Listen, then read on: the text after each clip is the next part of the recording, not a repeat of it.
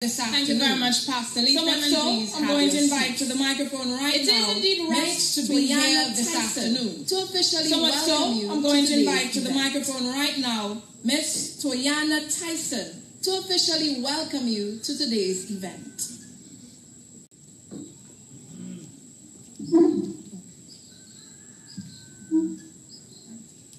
A pleasant good afternoon to everybody. It is such a pleasure to have every single one of you here today. A pleasant good afternoon to everybody. I just want to say it is such welcome a pleasure to the Kalinago Child Support Foundation first ever family empowerment rally. Welcome to the Kalinago Child Support Foundation this first ever commences family empowerment rally. Child Voice 2023 for this year.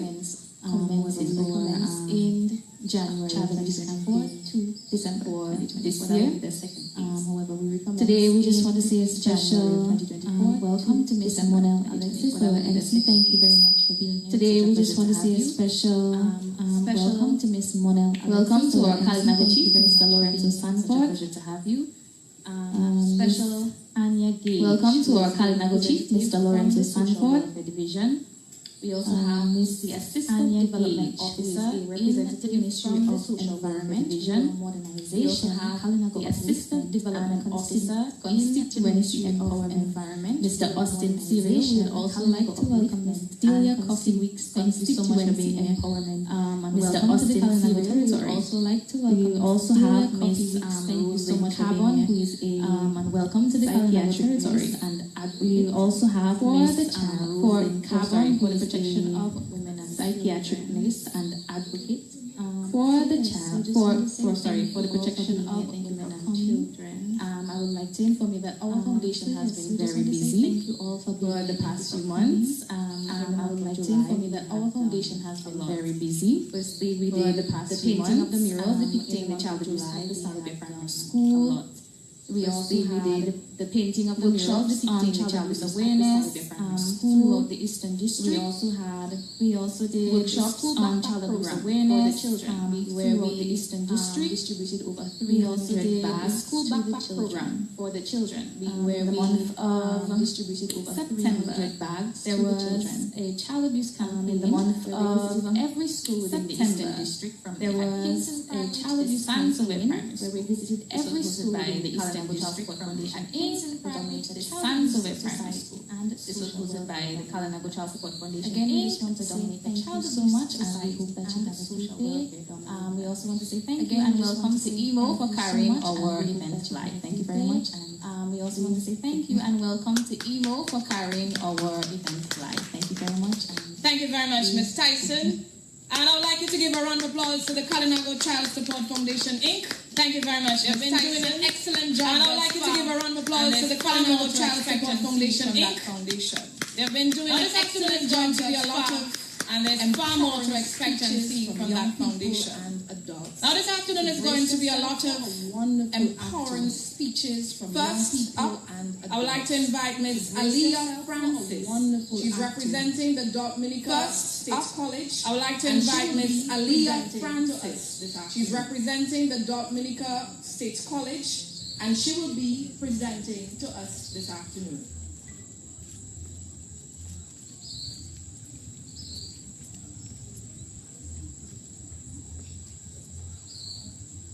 Mabrika. Good afternoon, everyone. Good afternoon. My name is Alia Francis, Assistant Secretary of the Dominica State College Environmental Club. And my name is Alia Francis, Assistant Secretary of the Dominica State College Environmental Club. The protection is truly an honor to stand before you today and address the matter of utmost importance. We often protection of our children in the natural world. However, I firmly believe that discussing the protection of our children is equally vital. However, I firmly believe the concern that affects not only of our children is equally vital in the world, but child abuse is a concern that affects not only children embarking on the numerous cases in the world of child abuse, entire community. Recognizing that every child, it is truly heartbreaking to hear about the numerous cases of child abuse. Unfortunately, recognizing that every reality is that the innocence is being shattered and leaving an enduring mark on their life. Unfortunately, the reality is that the innocence is being shattered, such cases, and don't ask ourselves what can we do to help.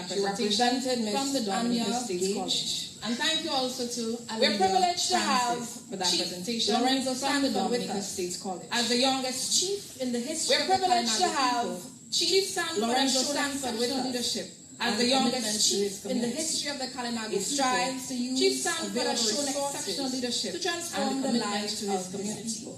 He strives to use available resources to transform the lives of his people. Let's welcome him to the microphone.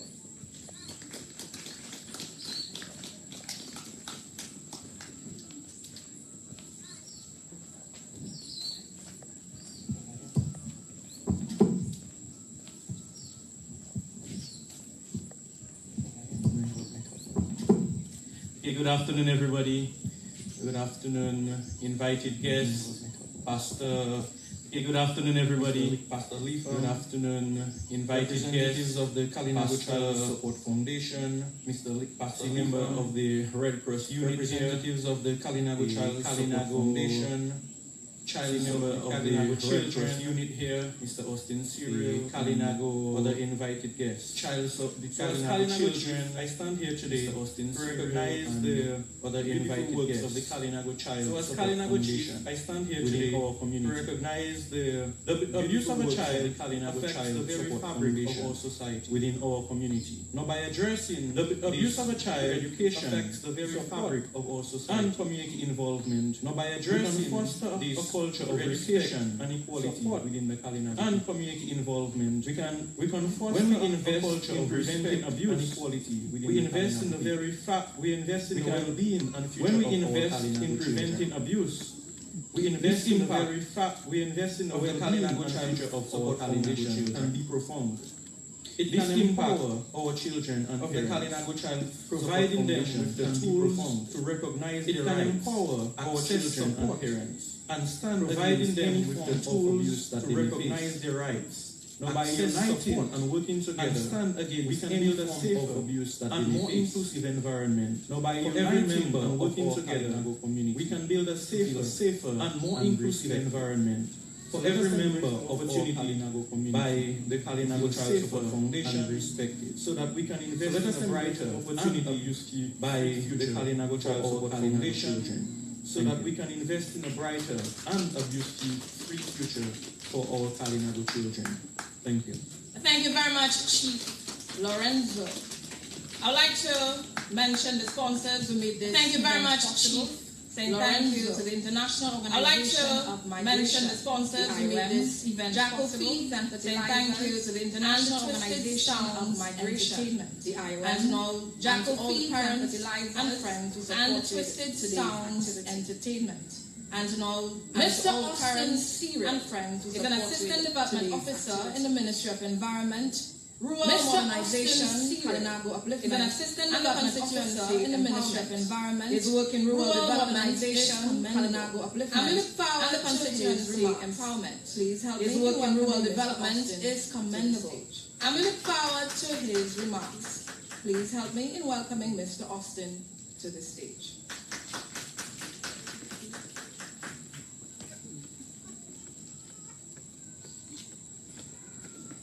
Good afternoon to everyone.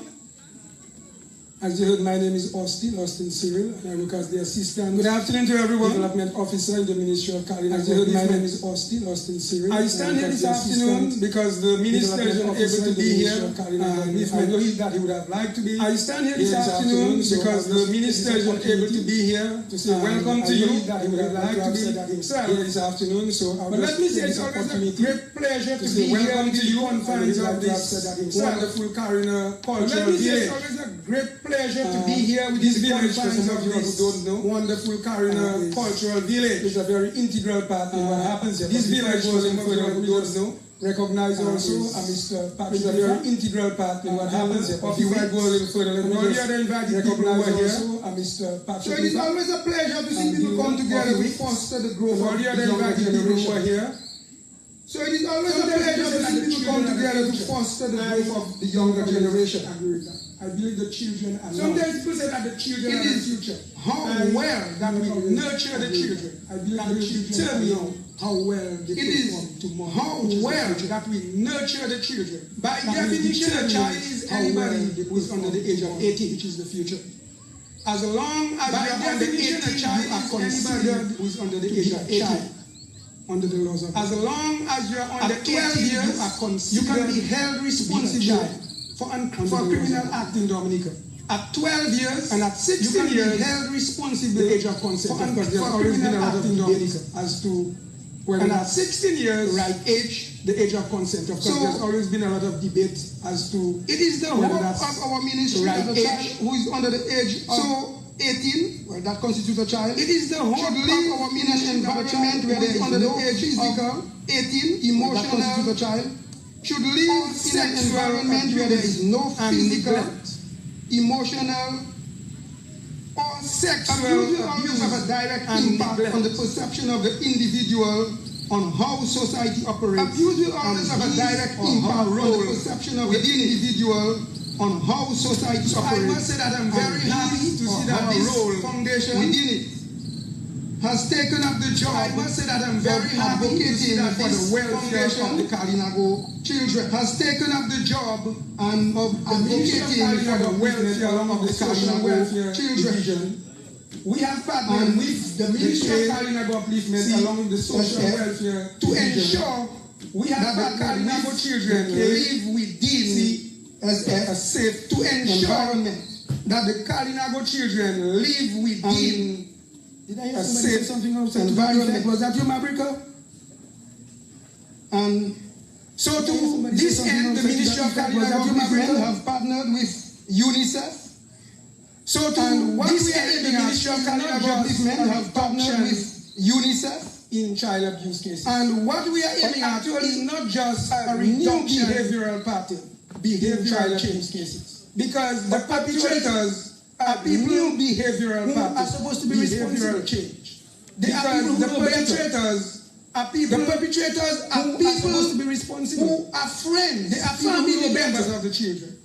The perpetrators are the ministry that it is time to change members of the children towards young people. And we are saying as the ministry that it is time to change our behavior towards young people and children in this constituency. In moving forward, we have done a lot of training. We have got police officers. So, nurses, in moving forward, sports officers, we have done a lot of training. We have got police officers, healthcare providers, nurses, community leaders, sports teachers, mentors, farmers, and staff, healthcare providers. We have painted free bus stops, teachers, mentors, and we have also painted staff messaging sessions. We have painted free bus stops, murals in front of the and we have also painted office messaging, and we have handed over. We have painted murals in front of the primary schools and secondary schools, and we have handed over, including to the schools in Atkinson, primary schools and secondary supplies to the tune of including $1,000. Schools in Atkinson, hygiene supplies to the tune of $20,000. This, in moving forward, the Ministry of Kalinago Upliftment, we intend this to continue that work next year. The Ministry of Kalinago Upliftment, more sensitization programs. We intend to have continue that work next year. Coming forward, next year we intend to have some more sensitization programs. We intend to have more people coming forward. So the ministry, across the work of this foundation, of advocating for the welfare of children. So the ministry, across the work of this foundation, coming together. And for some of you who do not know, I do not want to take the fund. Secondly, from the Child Foundation, but for some of you who do not know, I do not want to take the fund correct. From the Child Foundation, but they have been around for a while. Them to be careful because if I'm correct, you see sometimes foundations usually come for flood them. These foundations them to be careful because come a group. You see sometimes foundations usually come for flood, and then you hear people say, "Oh, these foundations they form for their personal." Come a group. Our good intentions, foundation to be very careful. People say, "Oh, they're in terms of how we move forward, always ensure that what you are doing falls this foundation that very good." In terms of how we move forward, always ensure that what you're doing falls within that. Also, the ministry is quite committed to working with any foundation or group of people or individual. The ministry is quite committed to working with any foundation or group of people, child individual. So today we celebrate our victories as small as they are. Move. So I urge you to be committed protection forward. So today we celebrate our victories as small as they are. So I urge you to be committed. Remember that children learn what they see. And do not say one thing and practice another. Children learn what they hear. Remember that children learn what they see. What they learn what they hear. Everything. Children are very impressionable. Children learn, and we must not forget that. What they smell, what So they eat, everything. It would be very remiss of me, impressionable. And we must not forget if that. I did not highlight. So the walk against it would violence, be very remiss of me, and children took. if I did not highlight.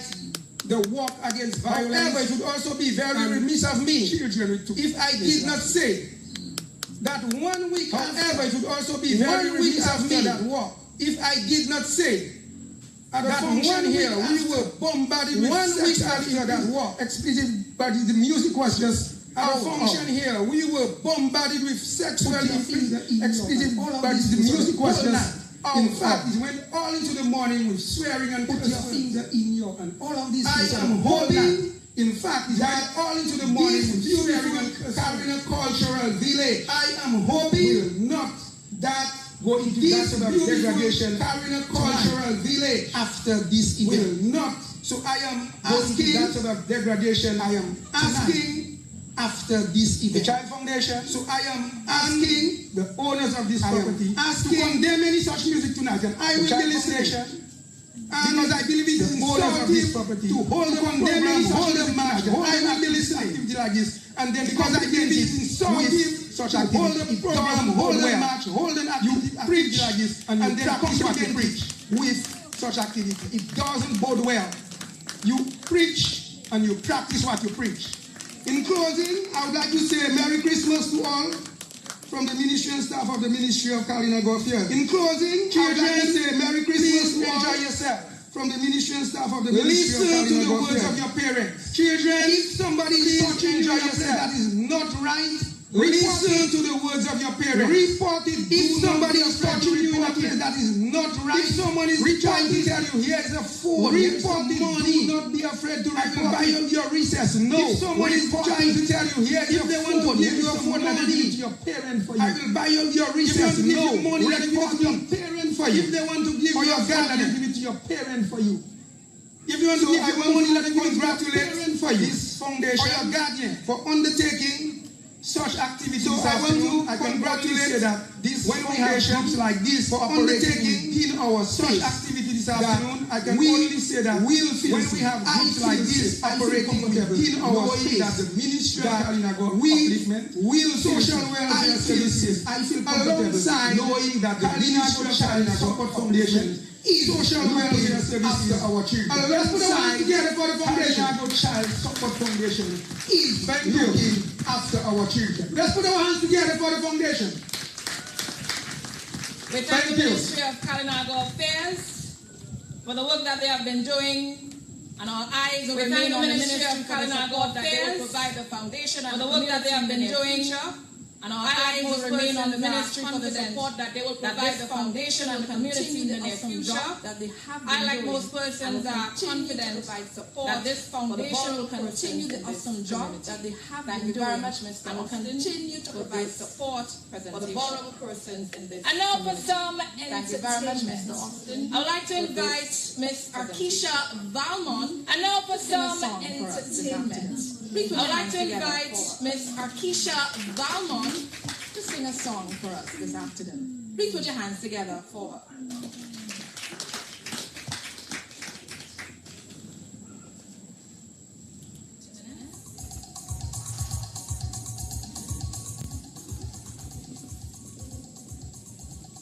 As she gets set, do you want to take this time to say hi to all the children who are here? If you're a child, raise your hand. Good. If you're a child here and somebody does something bad to you and you report it to your parents, stand up. If somebody does something bad to you and you report it to your parents, stand up. Very good. We have one person standing. Okay. Very good. I have one other question for you. If you're a child here and you understand what it means to be abused, raise your hand. Very good. Now, one last question, and then the last question, the last of the last question. Did any of you hear about child abuse from the foundation? Yes? So that means the foundation has been doing. So put your hands together for the foundation. And anybody who's the bravest person here? Who's the bravest child here? So the bravest child here, raise your hand. I need somebody in the back. Come please. Can the bravest one join me on stage, please? I think one brave, I promise you, you're going to enjoy this. So one brave child, please join me on stage. Just one. All right. So one brave child is coming on stage right now. Put your hands together for her.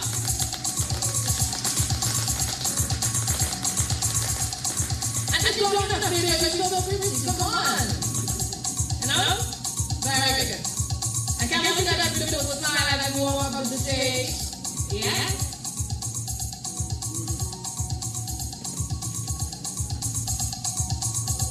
Now, thank you very much for being so brave. Because you're brave, I want you to tell us your name, and then I'm going to tell you something. Agree? Please. Hi, my name is Leah. Hi, Leah Tyson. So because she's the bravest child here this afternoon, I'm going to give her a gift. So Leah, this gift is for you, and it's from the foundation. And the love, brave children like you will speak up and speak up. So thank you very much for being brave.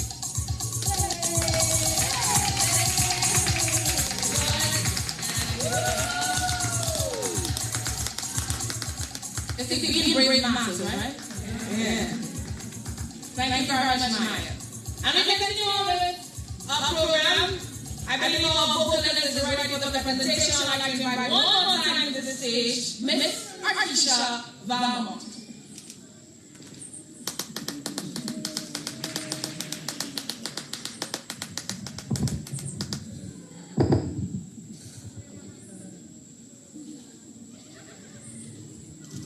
Good afternoon again. I am going to sing you a warm song that will melt your heart, hopefully.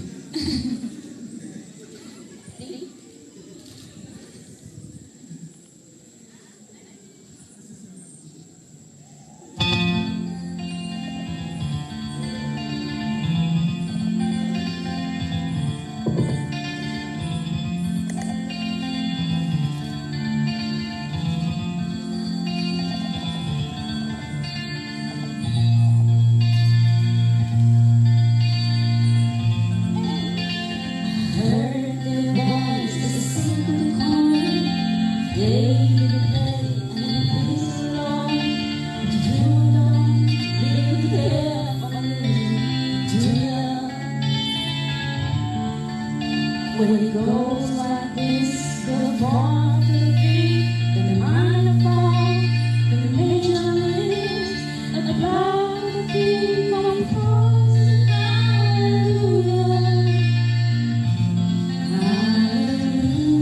Hallelujah, hallelujah, hallelujah, hallelujah, hallelujah.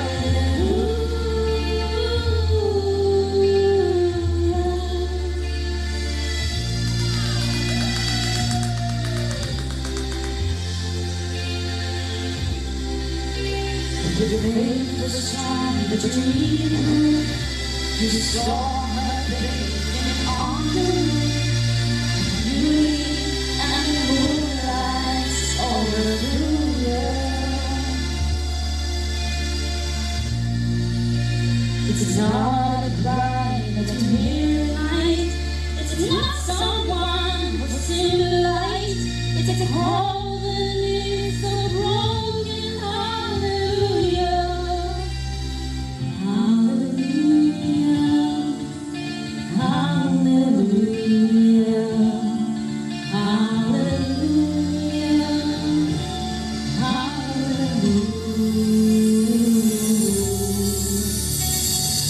Maybe there's a God above, and all I ever learned from love.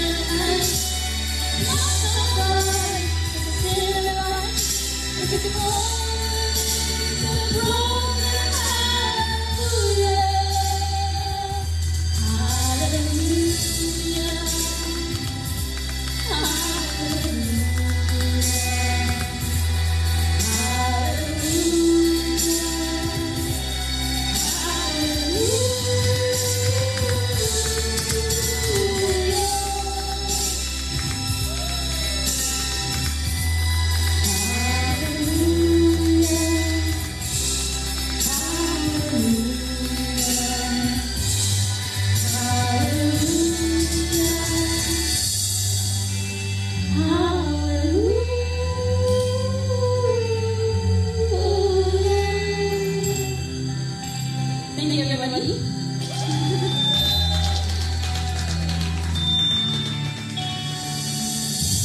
I'm going to thank Ms. Valmont very much for that presentation. Another round of applause for Ms. Valmont. And it's Christmas time, so why not hallelujah, right? Yes. And now I'd like to present our featured speaker for this afternoon. And her name is Mrs. Delia Coffee. Delia Coffee Weeks, Minute Coffee, Ma Weeks, Mrs. Weeks, Auntie Delia, and some of the names she goes by.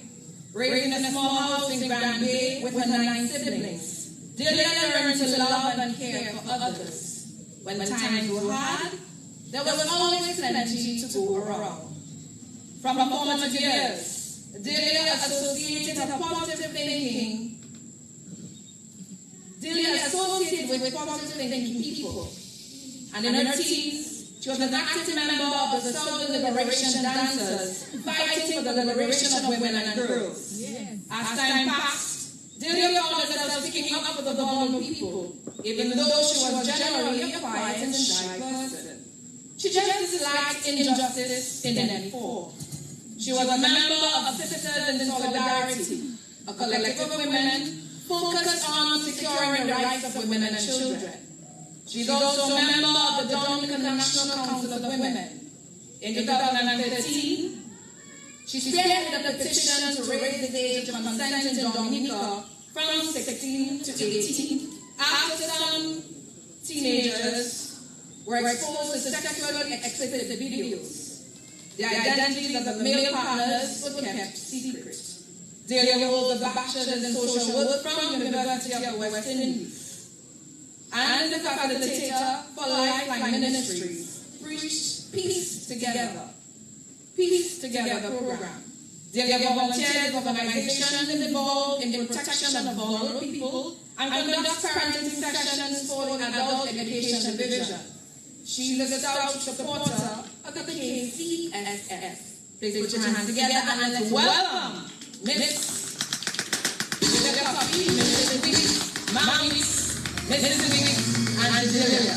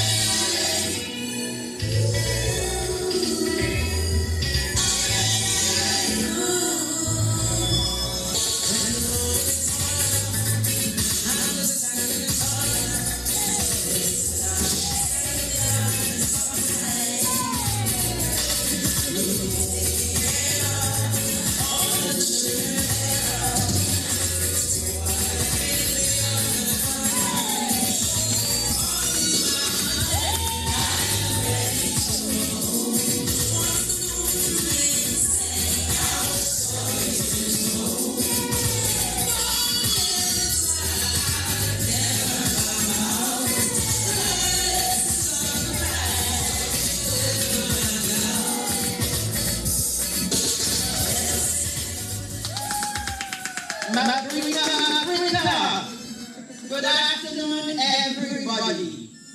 I want to say special good afternoon to the Carrier Chief and all of the speakers, the presenters, and all of you wonderful people who have come here for this worthy cause. Lest I forget, let me congratulate the Kalinago Child Support Foundation for this wonderful work that they're doing. Now, I just want to add my voice to this work that is happening. It is necessary work, it is critical work, if we want to see Dominica continue being a prosperous nation, and also if we want Dominica to grow and develop. Pastor Jack, thanks for praying for our nation and for our nation's children. I want to tell you a number of things this afternoon, because you see, sometimes we are all guilty. Some of us are guilty by commission, and some of us are guilty by omission. What I mean is that if If you don't know what to do when you observe something is wrong, you may not do anything. And so you are guilty by omission. You have not done what needed to be done. And if you know what to do and you do not do it, then you are guilty of commission. Now we're talking this afternoon about child abuse. And every day people hear about child abuse. But most times when people hear child abuse, the first thing they want to jump on is sexual abuse. Sexual abuse is one, yes, but it is not the only one. So I will tell you from the outset, you have child abuse in different forms. You have physical abuse, which I will talk about in a little while. And most of us may put up our hands and say, I was abused as a child. We also have sexual abuse, which everybody is very aware of. But we have emotional abuse, which leaves a lasting stain. And some people go through their whole lives and never ever recover from the effects of the child abuse, that emotional child abuse. And then we also have neglect. So, you would have heard from Anya's speech. She mentioned two of the causes. They also mentioned how it should be dealt with. Child abuse is not something that can be excused any way, shape, or form. When a child comes into this world, 9 out of 10 times, it is out of the action of two people who feel nice towards each other. We have children that come about otherwise. That we will speak about somewhere along the line. But you engage in your enjoyable activity, and a child is conceived. The child comes to you totally helpless. If you don't feed it, if you don't clothe it, if you don't take care of it, that child is beginning to suffer when it cannot even do anything for itself.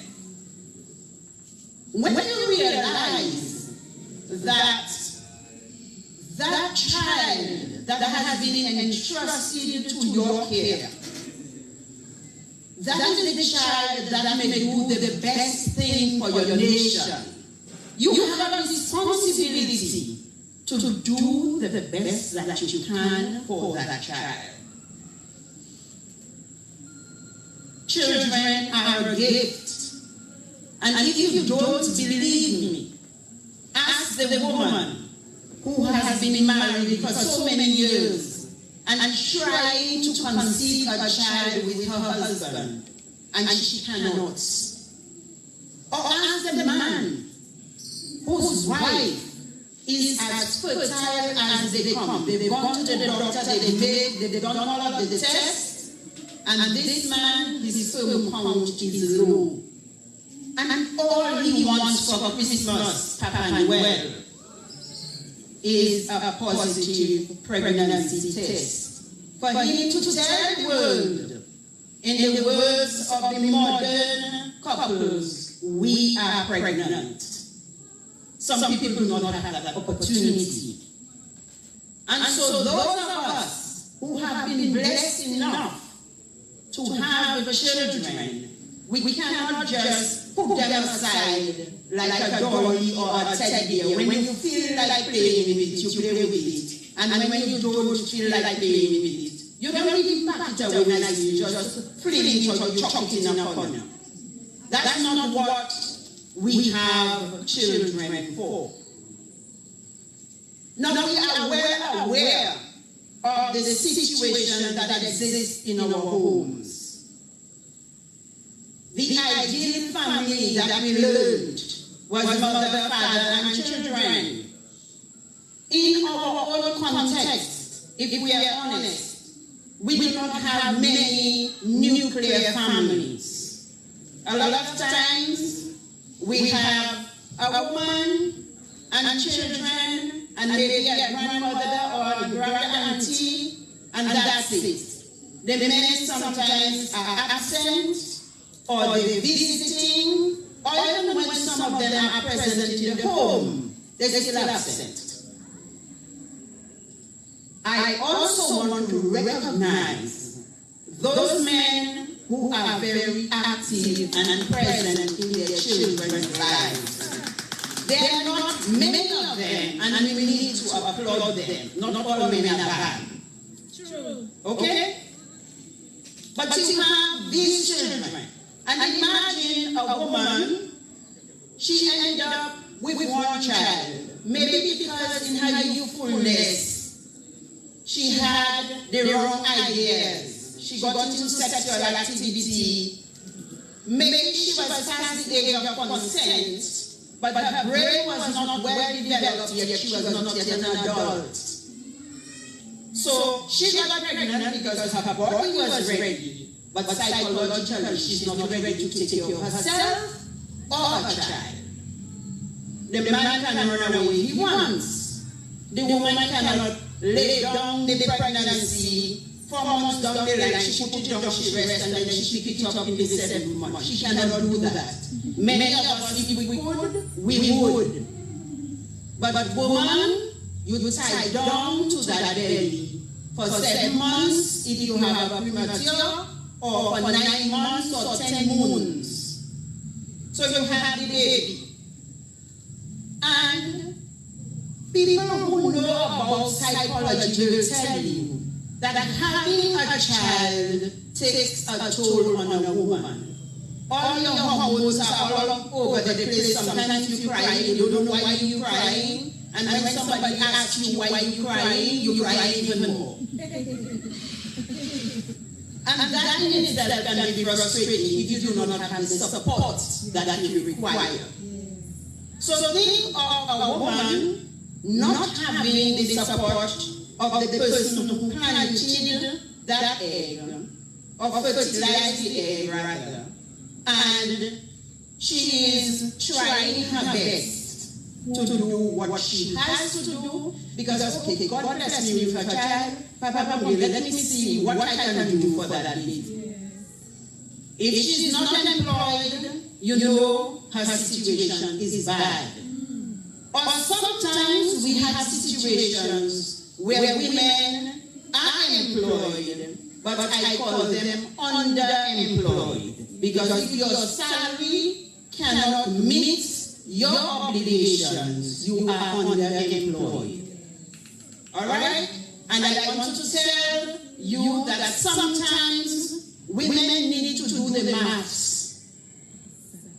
Because if you're working somewhere and they pay you $800 a month, and you're paying $200 for transportation every month, you have to take money for your lights, for your phone, for the internet, for the children, because right now schools sending them to do all kinds of research. You haven't bought food yet, you haven't paid the rent yet. The $800 cannot make it. Now, depending on the age of the baby, you might have to put that child in daycare. And daycare is a cost as well. So it might actually be better for you to set your home and take care of your child or your children. And depending on the mercy of God, maybe you do one day of work for somebody in the village, or wait for your generous auntie or uncle somewhere to send you occasional money by Western Union or MoneyGram, or they put it in your home bank, whatever. But, so this woman, single mother, and some days will be better than some. So when you get up and there's food in the cupboard and you have something to give the children, you are irate. But there are days when the cupboard will have nothing. Because maybe what you bought month end cannot stretch all the way to the next end of the month. You know when children grow, they have a bottomless pit for a belly. The more you feed them, the more they want food. And you cannot tell them not to eat. They are children. They have certain basic requirements. Their body tell them you're hungry. Mommy, I'm hungry. They don't care where mommy getting food for them. That is not their problem. Mommy, I'm hungry. Give me something to eat. And depending on the kind of child you have, if you don't give them food when they're hungry, go to a bad mood, and it might be a hurricane in your house. So, you might be frustrated because you get up, you open the cupboard, and there is nothing there to give the children. Some women sit down and cry. Some women may go out and get involved in things that they do not want to be involved in. I'm talking about transactional sex. Because you know, many of our people now are not very kind. So you go to Mr. So-and-so and you say, and you can lend me $20 now until the end of the month. And he says, what you giving me for that? Some of them might tell you, pass it. And some of them who are the older, they will tell you, open your legs so I can give you the $20. Now, you know what can happen?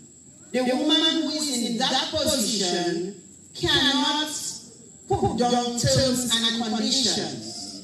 So she goes ahead, she has unprotected sex for $20 for her to feed her children, and she ended up with another baby, some papa, more frustration. And who pays for it? The man comes home, he is angry, he beats his wife. The wife beats the child. The child kicks the dog. So you notice it's going on. Who I have power on will pay for it. Many times the children pay for it. I know of somebody, when the nuclear family was breaking up, because the child looked so much like the father, the mother was angry that the relationship was breaking up. So it started off all well and nice, relationship breaking up, man move out of the house, but there is this constant reminder in the house of a failed marriage. That child ended up paying for it. So every time the child would see the mother coming, the child prepares, because I go to get a blast. And when the child doesn't see the mother coming because the mother is coming from the other direction, the child just gets the blast across the head. Nervous wreck. Being abused and the child doesn't understand. Why is my mother always seeing me? I am not doing anything wrong. All of that is physical abuse. Now the stories I'm telling you is not to justify the actions of the abuser. But remember, everything is not always cut and dried. So yes, you feel for the person and you understand why they did it.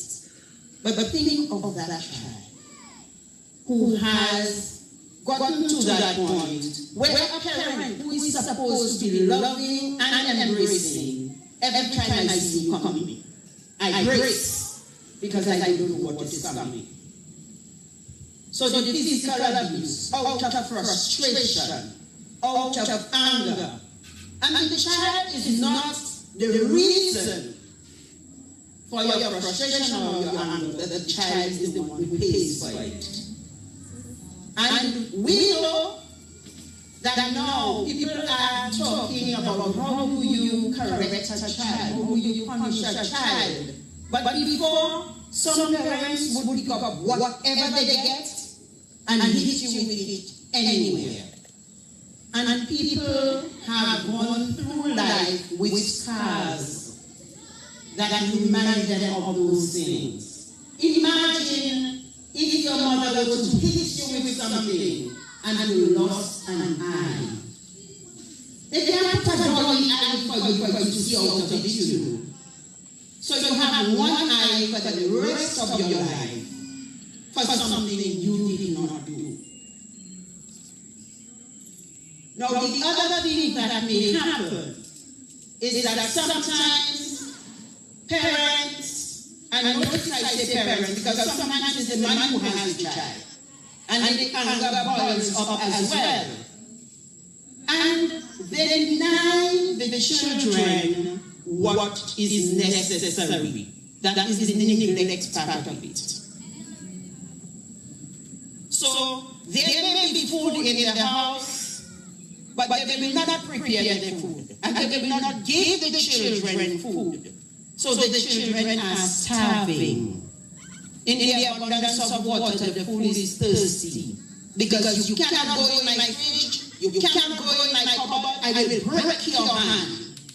Okay? You're threatening the child for a basic human rights.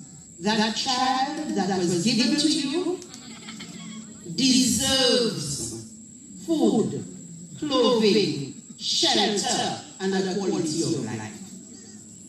But you deny the child that.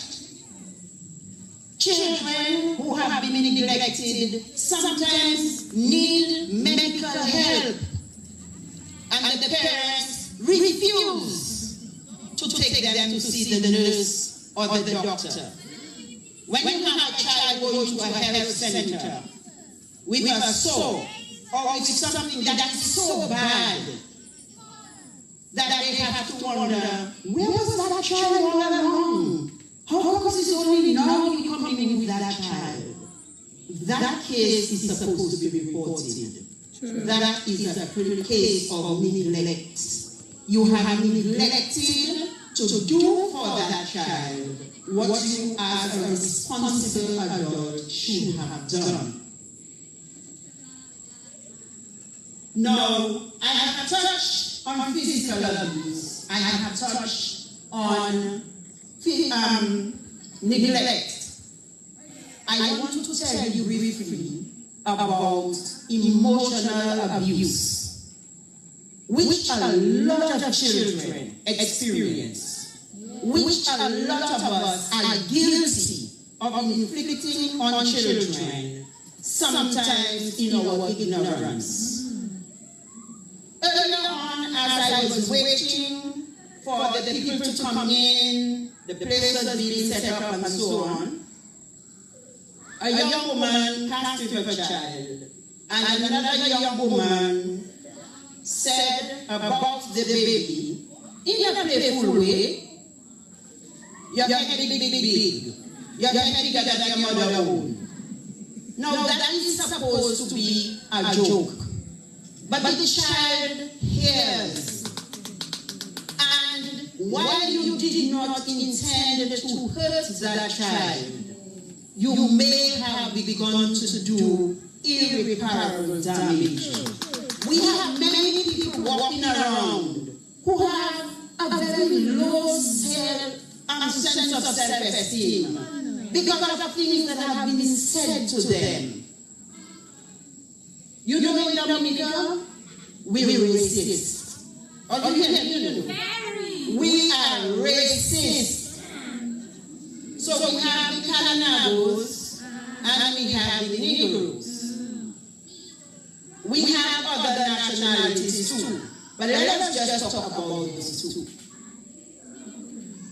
Generally, if you are lighter skinned, the lighter you are, the prettier you are. You're not standing flat till you can't breathe. But once you're fair skinned, you're pretty.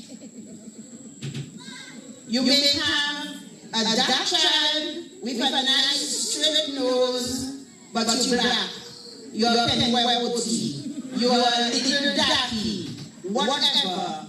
if you black, stay back. Okay?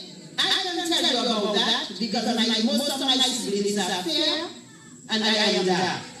And I went through that. Praise God, I am not a victim. Alright? Now, so we pick and choose based on the color of the skin. You think God was making a mistake when He gave us the colors of the rainbow? He knew exactly what He was doing. Because if you walk around and everybody's the same complexion and everybody looks alike, you feel like you're in a field of robots. But you pass 5 people going down the street and you can say, that one had a nice nose. But that one here nice and long. That one had a nice bottom. Whatever, you find something nice that you can say about each one. And also, what we appreciate is what has been taught to us. But if now at this time, we are able to accept and to teach our children, you are beautiful. You are unique. You are special. Regardless what people say out there, that child knows, I don't have to look like everybody else because I am not everybody else. But at home, we are the ones undermining our children, especially if the relationship hasn't worked and the child looks a little bit more like the offending parent. You will not amount to anything. You're stupid like your father. People might tell you, I don't expect anything from you. Your whole family is a family of thieves. You will be a thief when you grow up. All of these things we say to children. And we don't understand because the children do not yet have a firm foundation. We are actually determining how solid they are going to be as adults. Think of you trying to build a house and you put a box and you pour in concrete to make a foundation. And while you're doing that, dogs in the area running through the concrete, you just finish flattening it. Dogs running into the area. Your neighbor on the other side is building and as you pour in concrete, they come in with their shovel and a bucket, they take it from the concrete and go to theirs. You cannot have a firm foundation. And those things that I have mentioned to you, those are some of the things that we do. Emotional abuse. Now, when we were growing up, they told us, sticks and stones can break my bones, but words can do me no harm. And we accepted that. But we know for a fact now that that is not true. Because yes, you may break a bone, and if you get a good surgeon or somebody, they can set that bone back for you. And you might not even remember you ever had a broken bone. I am testament of that. I broke my ankle in 2011. And when that doctor twisted my ankle to get it back in shape, I thought he was a madman because my leg was already broken and I twisted in it. And he put the cast on for me. A miracle happened. All pain disappeared. The bone healed perfectly. When I did that final x-ray and I brought it to the doctor, he kept looking at the x-ray and looking at me. And I asked him what is going on. And he said to me, if I had not seen the first x-ray where I know for a fact your leg was broken, I would tell you your leg has never been broken. In all my years of doing surgery, I have never seen a bone heal as perfectly as that. So sticks and stones can break my bones. That bone was broken. It healed.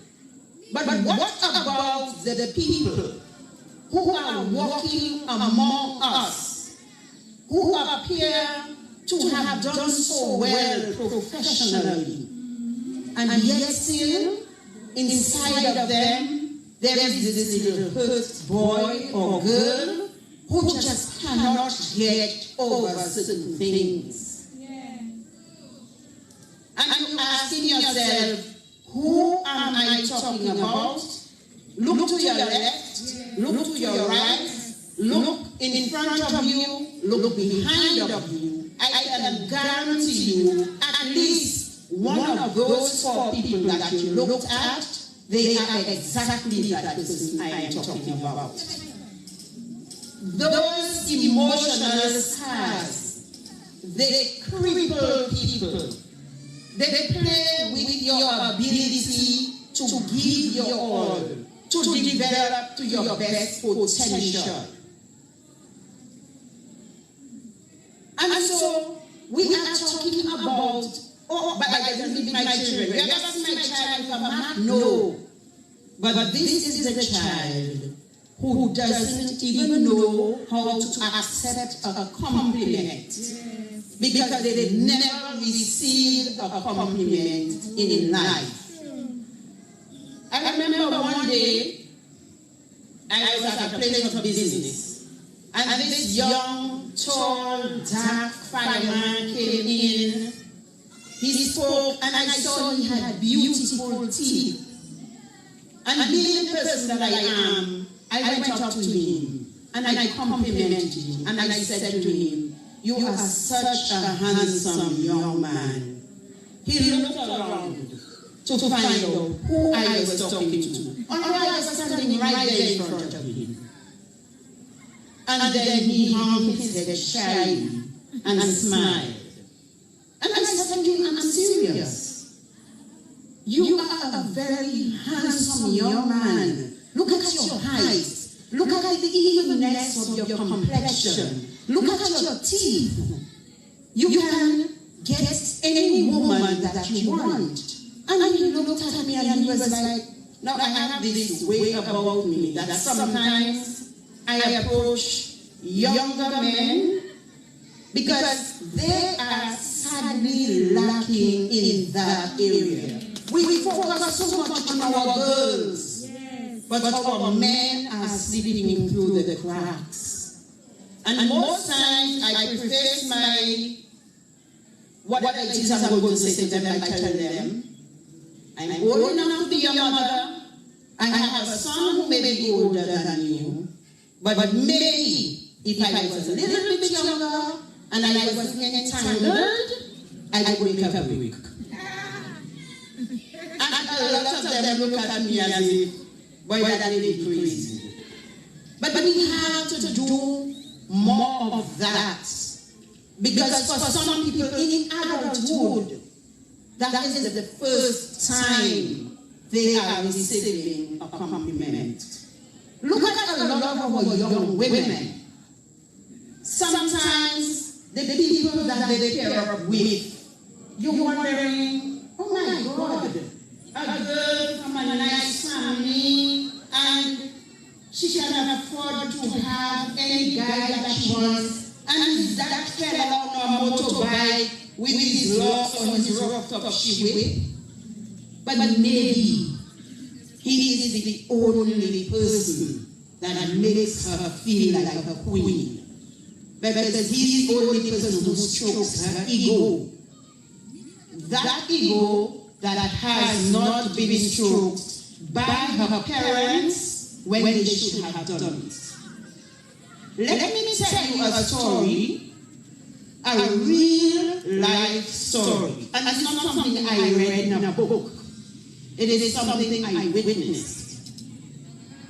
I have a sister who used to be a teacher at the primary school level in Dominica. Then she left teaching and she was doing another job. And this very well-to-do family, one of those bourgeois from Roseau, came down from wherever they were living, and they came to Dominica for a short stint. but they wanted their children in school. So they got this child into a particular primary school.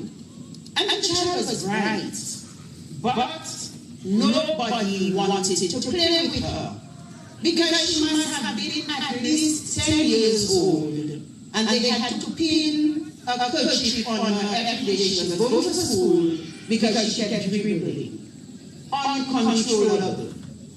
And the children did not want her to play with them because she said in Kwasha. So she would be chasing after her classmates, trying to play with them, trying to touch them, and they always running away from her. She had every gadget you could think of. And coming from one of those more developed countries, she had gadgets that the Dominican children hadn't even heard of yet. But the children did not want her around them. Because you baby, that big girl like you baby, none you. The mother reached out to my sister because she thought the child is, she has a problem. I need somebody to help her with after school lessons. So my sister would go to the assigned place and sit with that child. My sister realized that this schoolwork did not even pose a challenge to that child. But the child needed human touch. So the child would sit quietly, she would do her homework, and then she would climb into my sister's lap and play on my sister's face with her Kwasha hand. And God prepares us for what we are supposed to do in life. My mother had 10 of us. You would have heard that when I was introduced. And the one directly after me, she was disabled. She never walked and she never spoke. But she was a member of our family. And having to deal with everything that comes with that sort of disability. The bodily fluids was not an issue for my sister. So my sister would sit there with that child and hug her and kiss her and play with her. As soon as she gets home, she drops her bag, she takes off her clothes and she goes in the shower. And then, a couple months down the line, the mother called my sister and says, "What are you doing?" So my sister says, "Okay, now we're going to find me." So my sister asked, "What do you mean?" She said, "I don't know what magic you're working, but I am seeing the child growing up and developing right before my very eyes." What was my sister doing? Giving that child the attention she deserved. The parents gave her every physical thing they could lay their hands on. But they had no time to spend with her. And children don't need much. Sometimes we are the ones who focus on giving our children all the most recent phone and the best tablet and this and that. But the children doesn't matter. What matters is the quality time that you spend with them. I can tell you about that because I grew up poor. But there was plenty of love in our household. The place was small. And so there was always somebody touching you or bouncing you. So you couldn't say, "Don't touch me," because as you pull away from this, so you bounce into the next one on the other side. And we were taught, all you have is family. Appreciate what you have. Look out for each other. And sometimes as adults, we're so busy with our own lives. We don't remember.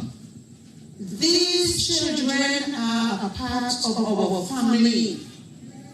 These children are depending on us to do for them what they cannot do for themselves.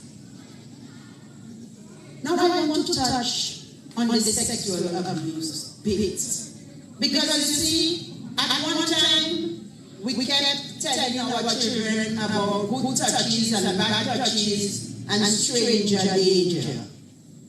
Ladies and gentlemen, boys and girls, sometimes the danger is right under our bed. These strangers, yes, but more often than not, it is somebody we trust. Somebody we allow, we give free access to enter our homes. Somebody that our hearts don't jump when we come home and meet them sitting there with our children. Because it might be an uncle by blood or an uncle by association, because that is the habit we have. My good friend comes home and I tell my children, call him uncle. Now, uncle is a mark of respect. And many of us were taught to respect your elders. So when uncle or auntie tells you to do something, depending on your stage of development, you may not realize it is wrong. If you're big enough, you might ask yourself, why uncle asking me to do that now? Or I don't feel very comfortable when auntie touching me there. But sometimes it happens to our children when they're not even at a stage where they can even distinguish between right and wrong. A young man came to me one day and said, Mrs. Wicks, I have a concern and I need you to help me. I said, what is it? He said, there is this woman who is babysitting a little boy. And her greatest pleasure is when she comes to change that little boy's pamper, she sucks his little penis, a baby. Why are you doing that to somebody's child? And you think that's a joke? You are teaching the child certain things that he does not need to know at that age. I am not a medical doctor. I am not a nurse. But I will tell you that when a little girl or a little boy is born, their genitals come with all of the nerve endings they will ever require for the rest of their lives. I break it down in simple English for you. The head of the little boy's penis and the clitoris of the little girl has the same number of nerve endings as an adult woman or an adult man. So obviously, if you are grown and you know what it feels like for your genitals to be stimulated, then you can understand that it can cause a lot of confusion in children. Because perpetrators know that, and they're very calculated in what they do. Sometimes they begin to play with children from before the children know right and wrong. You just know every time Daddy comes with me because it's the nighttime routine, he's putting me to bed, we say, we pray, and you, the wife, the mother, the girlfriend, you feel so comfortable because the man has such a beautiful relationship with his little girl. They go to the bedroom and she's always giggling. So if she's giggling, he cannot be doing anything wrong. But she's giggling because he is stimulating her in a way that he shouldn't. And she doesn't know how to feel because it's a funny little tickling feeling, and so she laughs. And then she begins to associate her time with uncle, with daddy, with that kind of pleasure. Now let me tell you something. Children discover themselves as they grow. So the fact that you see a little boy always looking in his pamper or looking in his hand or playing with his little penis. People don't go and say, Mom, we tell you that is a sign that your child has been abused. Because normally children are curious. So the little boy may have accidentally touched his penis and he felt nice, and so he might end up doing it. However, if you find you have a child who is involved in sexual behavior that is inappropriate for their age, then the child would rather be sitting in a corner playing in his pamper than playing with other toddlers. Something is wrong. Or you have a little girl and her hand is always in her crotch. Something may be wrong. Now understand that the people who abuse our children sexually, they know exactly what they're doing. So you think my child has been sexually abused, so there must be bruising, or there must be tearing, or whatever. What if that person never penetrated the little girl, erect penis in her vagina? It feels nice to her, so she not going to cry and bawl because it's tickling. He has his ball, and when he finishes, he dries her up, and then he takes her out. And when he finishes, and so she looks forward, and then he takes her to her encounters. With that, and so she looks forward because he tickles me, and then he gives me with that person because he tickles me, and then he gives me ice cream. Trust parents, I know to everybody. When they giggling like that, trust go very stealthily. When they giggling like that, to see, go very stealthily and peep, because you may be saving your child's life. Because you may be saving. Now, many of us we like to behave like ostriches. Now, many of us we like to bury our head in this sand. If I don't see it, it's not happening. We bury our head in this sand. But if I don't see it, it's not happening. Whether you see it or not, it is happening. But people, and within your community, whether you see it or not, it is happening. That is happening. And within your community, because that is why. That is when something happens, because that is why when the bomb bursts, something happens, or when the bomb bursts, or you hear everybody putting their 2 cents, and you hear everybody putting their 2 cents. Oh, but it's not now that is that. Oh, but it's not now that's that. And we had seen them in such and such a place. We had seen them in such and such a place. And we suit anything. The police should pick you up. Because if you are not a solution, because if you are not a solution of the problem, you are part of the problem. The one thing I will tell you, we have very difficult choices. We have very difficult choices. If it is a total stranger, your child, that violates your child, you want the whole village to know. Then you want the whole village to know. And you make when you see you start you leave Bataka. And when you see you head to the police Bataka, the whole village behind you. The whole village behind you. Because they're just as angry as you. But when you find out,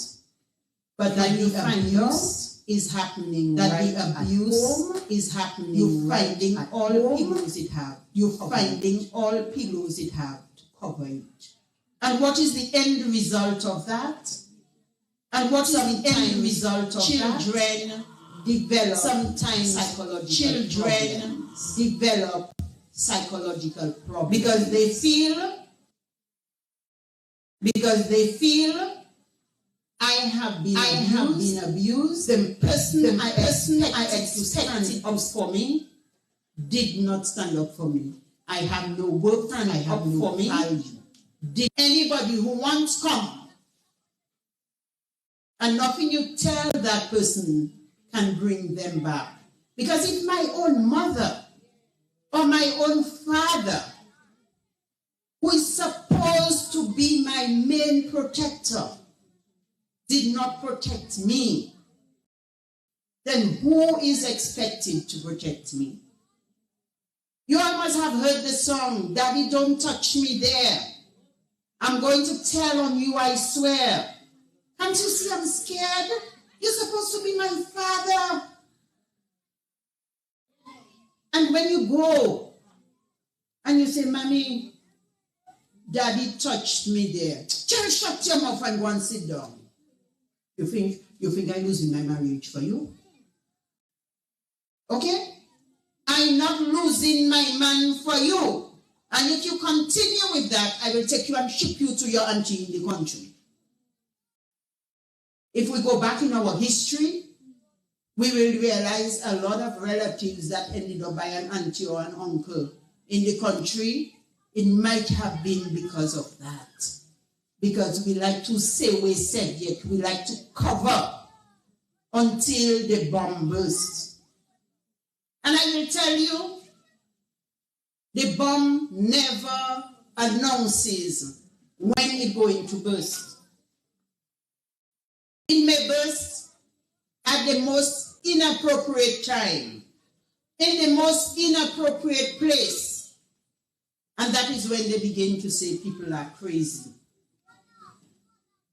One woman who was sexually molested before she was of preschool age, her body's mechanism to help her deal with that trauma was causing her to forget. So she did not even remember that it had happened to her. All she knew was that she had an aversion to slimy things. And she didn't know why. She was a bright child. She always wanted to be a nurse. She went to school. She became a nurse. And when she had to do examination of clients that required the use of gels, she had to grind her teeth because this thing is getting to her. She's the one you wouldn't get to even cook okra for you, much less for her to eat it. But she did not understand why she had an aversion to slimy things. She was at a workshop out of state. She was a nurse for many, many years. And while she was sitting quietly in the people's workshop, a workshop that had nothing to do with sex, the pain of the assault on her, the pain of the rape of a child 2 to 3 years came back as if it was happening at that time. She fell off the chair she was sitting in. They had to rush her to the hospital in an ambulance just to realize the pain was up here. Something that happened to her before she was of preschool age. She did not remember, but the memories came back. And because of that, that woman's life was basically ruined. She had her dreams like everybody else. I am a woman. I'm not bad looking. I will meet a man who likes me. We will get married. We'll have a house. We'll have children. That's the life. She grew up. She would meet men who liked her and whom she liked. And as the friendship blossomed, the more intimate it got, is the more she pulled away. And she just kept pushing everybody away. This woman is now retired. And she has never had a successful sexual relationship with anybody because of something that happened to her, something she did not invite, something she is not guilty of. It messed up her whole life.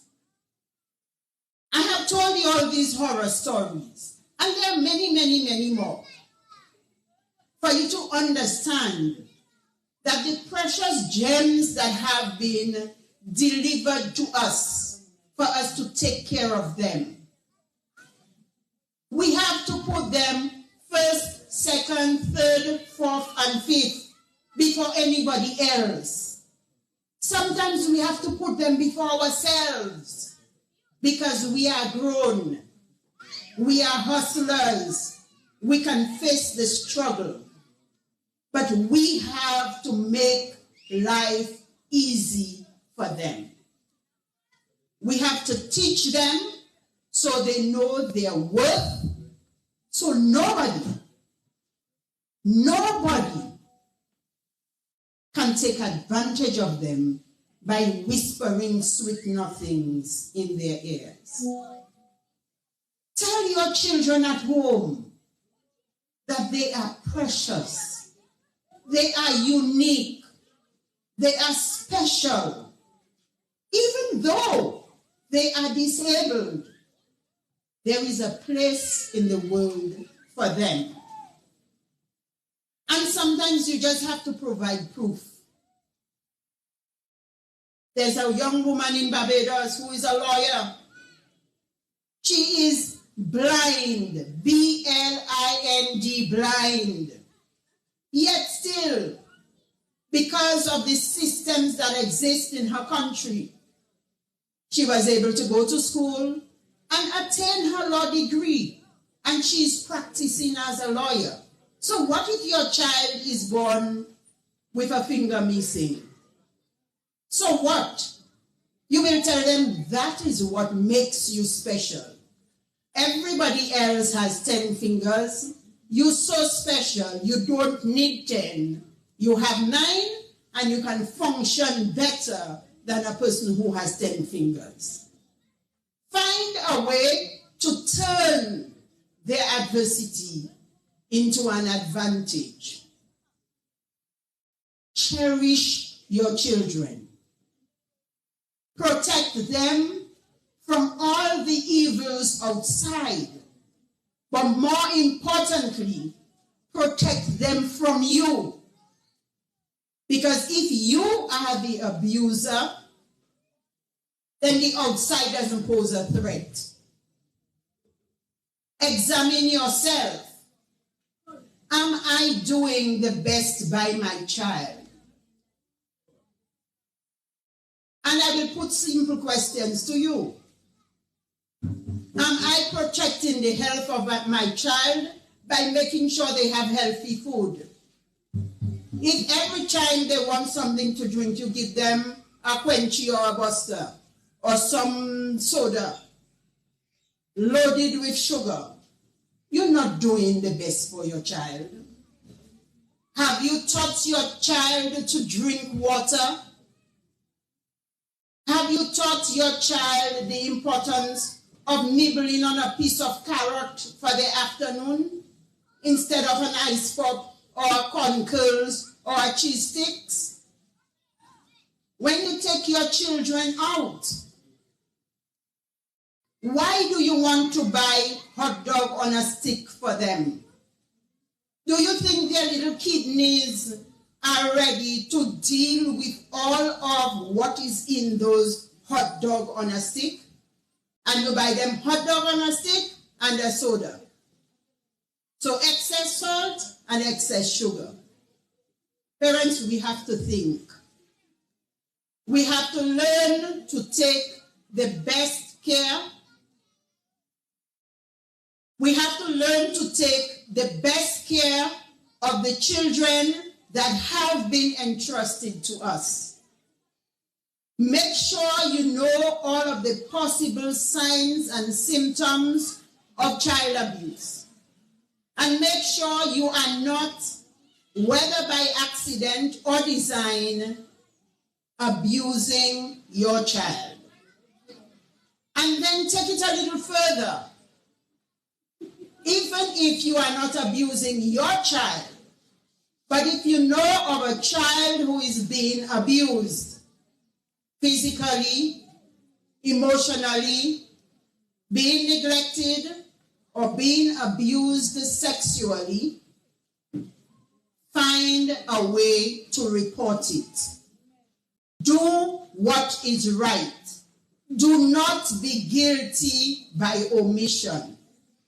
Even if some of you were abused as children and nobody did right by you, when you remember how that made you feel, don't allow another child to feel that way. Nobody stood up for you, but take the responsibility of standing up for that child. I think I have said more than enough this afternoon to get your brain working, to ask yourself, what am I doing to reduce child abuse on the island? You don't have to be on a platform like me, but within your communities, you know what to do.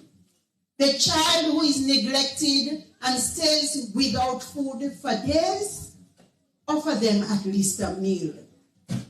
The child whose clothes are very worn because their parents cannot afford, help them out. Christmas is coming. You know what they need. Instead of buying a dolly, it may make more sense to buy them a sturdy pair of shoes. And don't say it's not your responsibility. You didn't send her to look for 9 or 10. She was not looking for 9 or 10. She may have been looking for money to feed 1 and 2. And she ended up with 9 and 10. So let us prove to ourselves that we are human beings with hearts of flesh, not just a lump of stone where our heart's supposed to be. Look at the children around you, whether they're yours or not. Take responsibility for them and do the best that you can do by those children. They may not turn around and tell you thank you. Their parents may become your enemy for helping them, but do good anyway, and God will bless you. Thank you very much for your time and your attention. Thank you very much, Mrs. Weeks, for that powerful presentation. And we're going to do a very small activity right now. I want everyone to turn to the person next to them and give that person a compliment. Look at the person next to you and give that person a compliment.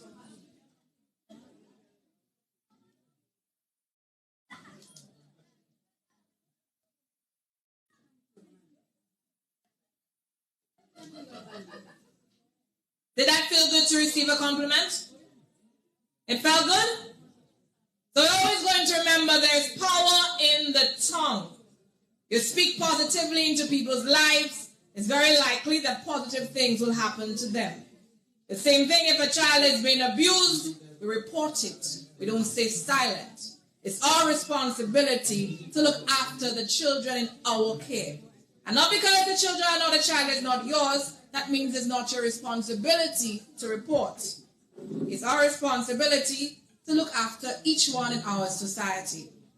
So, I feel like giving away something else this afternoon.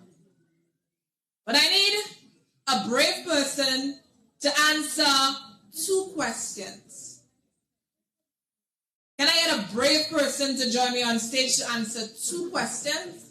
Just 2 questions. Any brave person? Come. Child, please.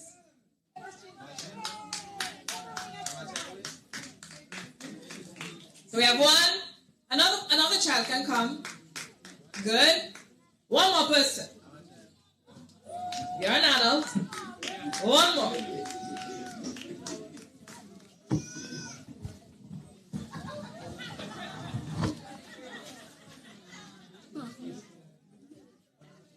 All right, so let's find out.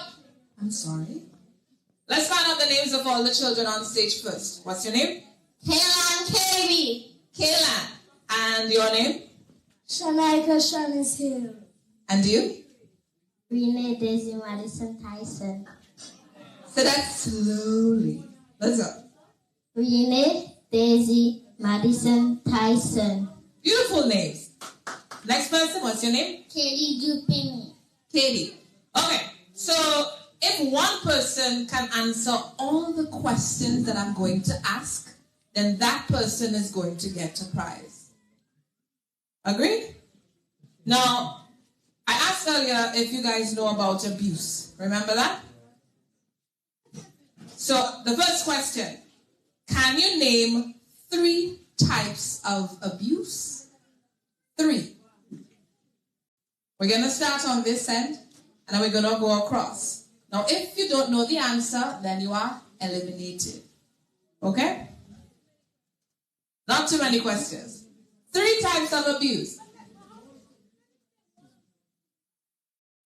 Go ahead. Child abuse. Yes, child abuse. Give me an example or a type of abuse. Put your hands together for him. Thank you very much. Please step to this side. Come on this side. Thank you. Can you name 3 types of abuse? Sexual abuse.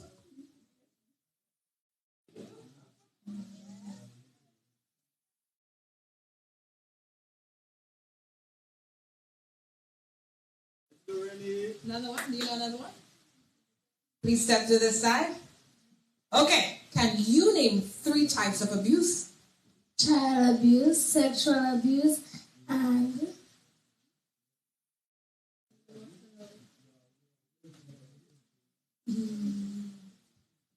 emotional abuse. Alright, so she mentioned how many, guys? That was 2. And the 2 were sexual abuse and emotional abuse. Now, if he doesn't know all 3, I'm going to come back to you. Okay? Let's go. Sexual abuse, physical abuse, and child neglect. Excellent. So that means the person who answered all 3 is going to get a prize. So you're going to get a prize. What's your name one more time?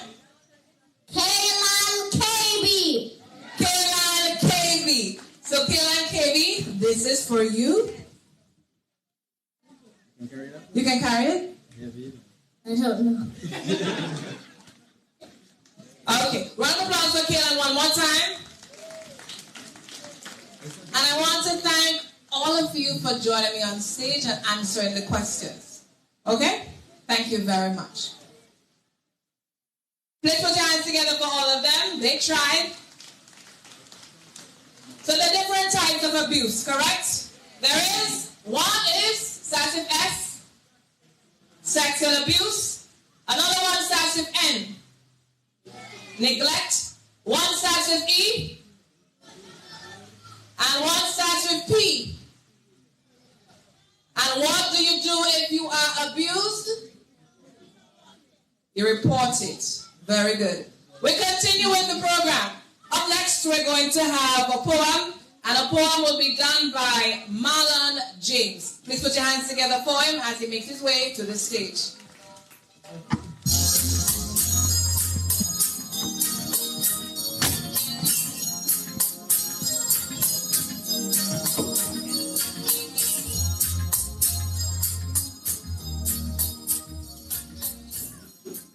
All right, good afternoon, everyone. Thank you all for coming to our rally, Family Empowerment Rally. My poem this afternoon is entitled Diamonds Are Made Under Pressure. In the realm of child abuse prevention, a topic of utmost importance and attention, let me craft a poem with heartfelt intention. With the title Diamonds Are Made Under Pressure. In a world where innocence should thrive, some children face struggles, barely survive. But like diamonds formed under immense heat, their resilience shines, a testament so sweet. With love and care, we must take a stand to protect the young, lend a helping hand. For every child deserves a life so bright, free from darkness, filled with love and light. Education and awareness, our guiding light, to recognize signs and end the plight. Together we can break the chains that bind, creating a future where all children can find safety, support, and a nurturing space where their dreams can flourish at their own pace. Let's empower them with grace and knowledge to ensure their well-being in every case. Through collaboration, we can make a change, building a world where no child knows pain. For diamonds are made under pressure, it's true. But let's create a world where the sparkle can ensue. So let us unite with compassion and care to protect the vulnerable, their burdens to bear. In the fight against child abuse, we'll persist. For every child's worth we cannot resist. Remember, diamonds are made under pressure. But with our efforts, their futures we can treasure. Together let's strive for a world so fair, where every child's safety is beyond compare. Thank you. Thank you very much, Marlon. And as he rightfully said, together let's strive for a world where? What was the line? We were listening? Every child's safety.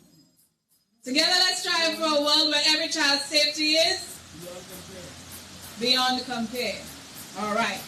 Up next, we're moving on to our final guest speaker for this afternoon. Please put your hands together and let's welcome Miss Rosaline Carbon.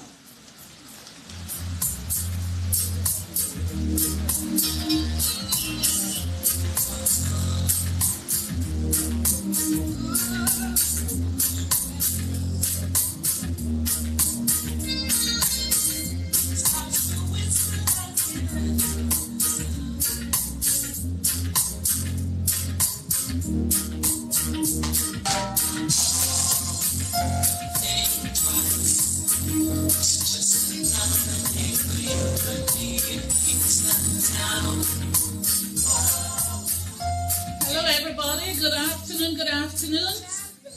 Oh my goodness, it's a beautiful, beautiful event. Compliments to the rally organizers. I'm Rosalind Carbon from Portsmouth, ZCAC, and I'm very honored and privileged and happy that I was invited to this rally. By profession, I'm a nurse, psychiatric nurse, you name it. I'm retired at home now, so one of my things that I want to do is exactly what's happening here, to share knowledge, empower the whole family. And Miss Coffey mentioned the young black man, and this is something that I also want to do. Empower our men, because the whole world is crucifying our men. So I have multiple things I want to speak on. Child abuse, protecting the child, the family as a unit is one of the things that's right up my alley. As far as child abuse, it's really, COVID was a pandemic. Thank you. COVID was a pandemic. That's on the curb right now. No more pandemic. But child abuse was there before COVID, long before most of us are in here, most of us in here was alive. And it's alive and well today. And we need to get that pandemic out of existence, slowly but surely. And the way we can do that is to have rallies like we're having now, to educate families, even the perpetrators. Because a lot of the people who's inflicting this pain, they themselves were sexually abused or physically or emotionally abused. And through the pain and the scarrings that they had, they're now being the perpetrators. And it's a vicious cycle. So we have to address the whole family of the people involved in the abuse on whatever level it is. We agree with that? We can't just say, oh, this is the perpetrator and throw them to the side. Remember, they have to face consequences, but a lot of people need mental health. They need to be treated. Sometimes it's a malady. They themselves want to stop, but they can't. Again, they were damaged themselves when they were younger. So we have to be broad in our minds on how we approach people, how we think about people. We have to sometimes stop judging, but people have to pay consequences. You abuse a child, you have to do time. It's punishable by jail time.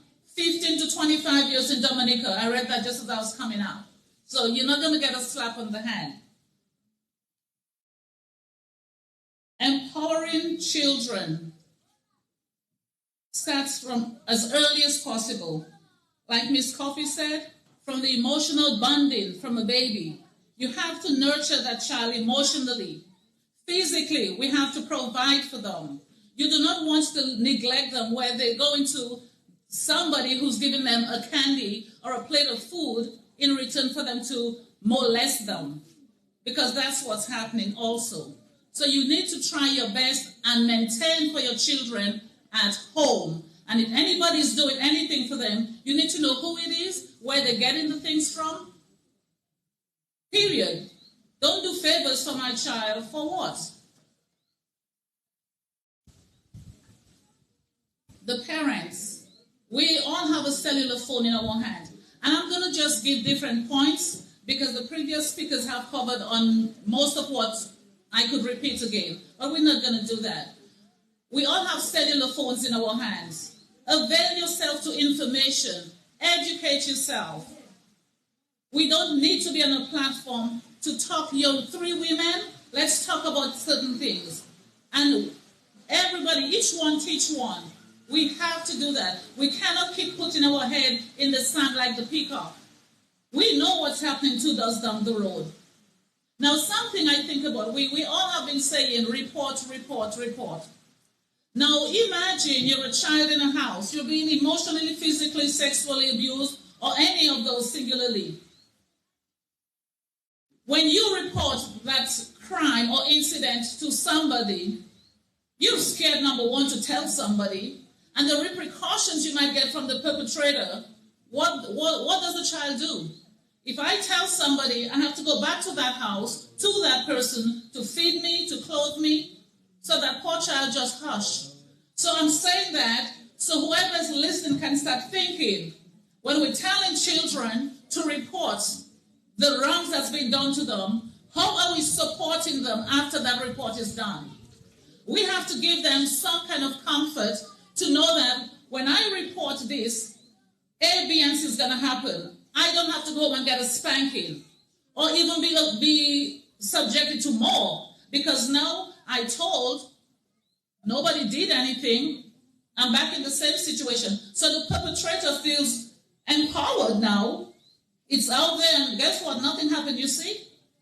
So what's the point? Just take your abuse and keep it going.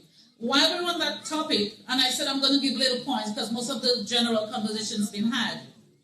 They tell children, if somebody's touching you somewhere you don't like, report it. Men in particularly don't like pedicures. They don't like their feet being touched.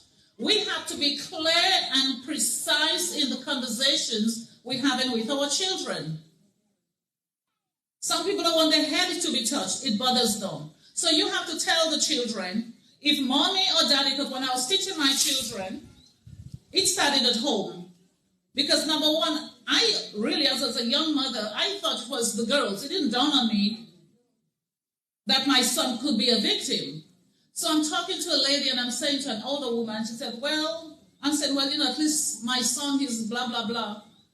And she told me, no. I broke down because she says, you have to watch the boys more. And I'm sharing that with the people here, parents. You have to check your sons even closer than the girls. Because with the girls, there are signs you can see overtly. You can inspect, examine.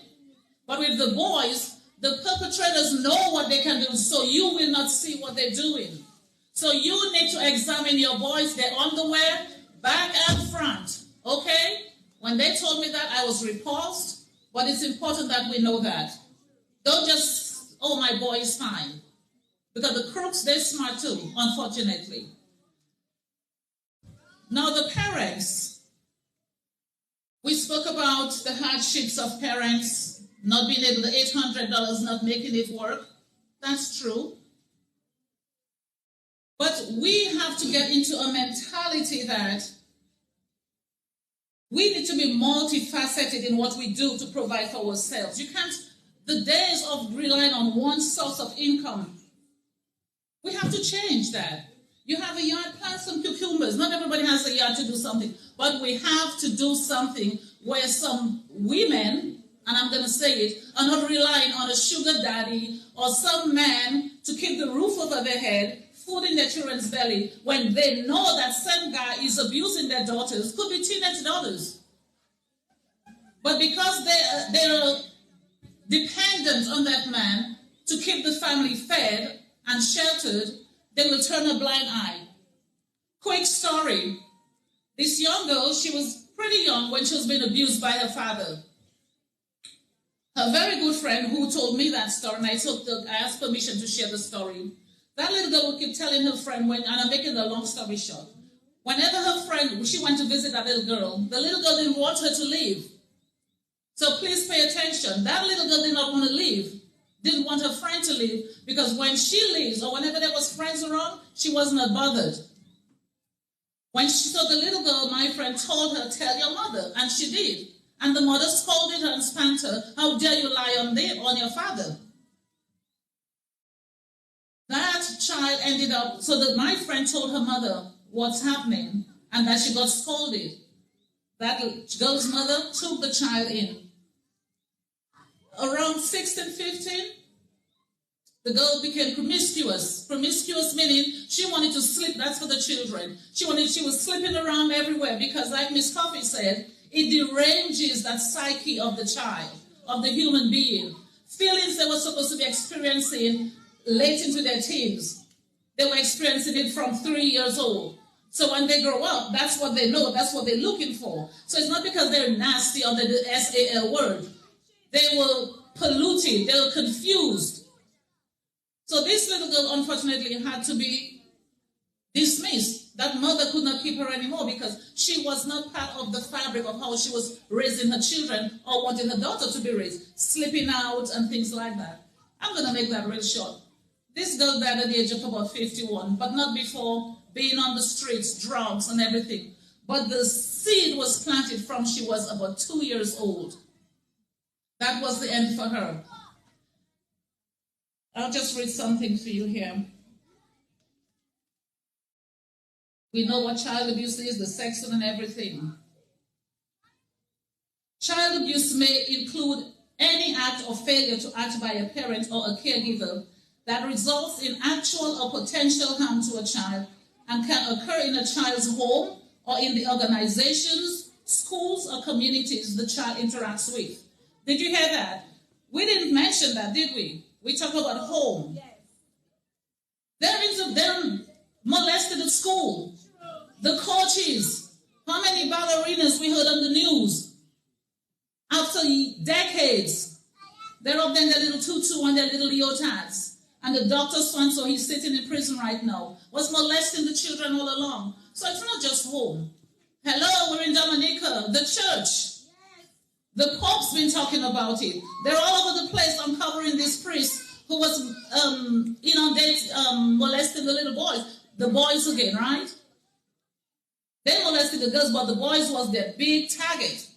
So guys, open our eyes, our ears. It's not only at home. It's not only the neighbor. Mommy, daddy, everybody needs to be looked at. Everybody needs to check themselves and protect the children. Now, the feel-good feeling we were talking about. You tell these kids, report, but it's a natural feeling. And for that child, like Miss Coffee said, when you touch me, it feels good, and then you give me ice cream, what's the incentive for me to tell? So as parents, you really have to home in. It's inappropriate for a grown man or grown woman to want you to put your mouth on their private parts, or they do the same to you. You have to be explicit in educating the children. And the parents, everybody has to be educated. Even the professionals. It's taboo to talk about these things. We're here today talking about penis and vaginas And this is really refreshing that we're not talking about private parts. Everything on me is private. It's not public domain. People sue people in the States, for example, if you keep touching their head. They don't like you to invade in my space. So we need to be clear and concise in what we're telling our children, and we have to arm our children with methods of how to protect themselves. I would like 3 volunteers. I've already enlisted one, Mr. Lindell. Mr. Lindell is a policeman, my cousin, my nephew, and I am a flat road driver, so he drove me. I would like 2 young children to come because I'd like to demonstrate something on how the perpetrators suck our children in. They groom them. They don't just go brag. They work over your kids over a period of time. They're at your home, at your table. So the children are familiar with those people. So when they approach the child, half the battle is won already because it's somebody they're familiar with. Can I have 2 volunteers? Wonderful. No, there are no gifts. So you can live with candies at the end, but no gifts. So what I'm going to do, I'm going to ask Mr. Sabin, he's a policeman, like I said, Sebastian, he's going to interchange, to be a perpetrator. I have some tools here with me. Now, this scenario, he has a cat, and let me come, little one. He has a cat, and he knows this little boy likes cats. So guess what? He's going to use the cat as bait. So, here's your cat.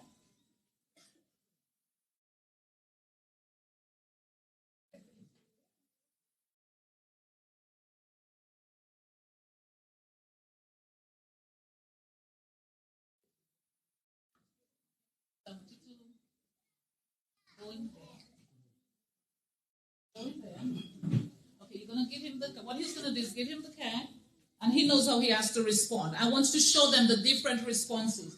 Okay, you're going to...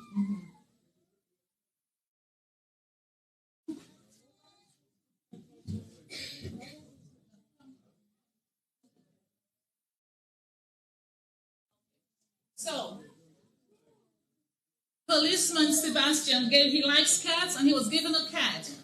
He said, he took the cat, and that was it. Okay? Stand here for me, please. Stand here for me on this side. Nice. Okay. Now, you have, Mr. Sebastian, you have candies now.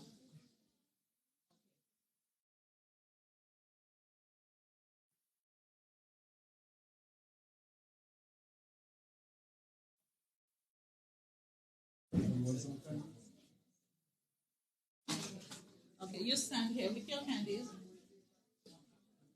So these said yes, and they just took it.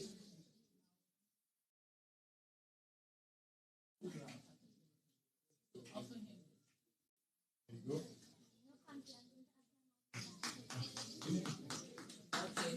and then with the candies. Now this is the candies now. That was the animal. Now with the candies. You're going to offer him candies. So it's simple, but it's effective. I'm going to offer him candies.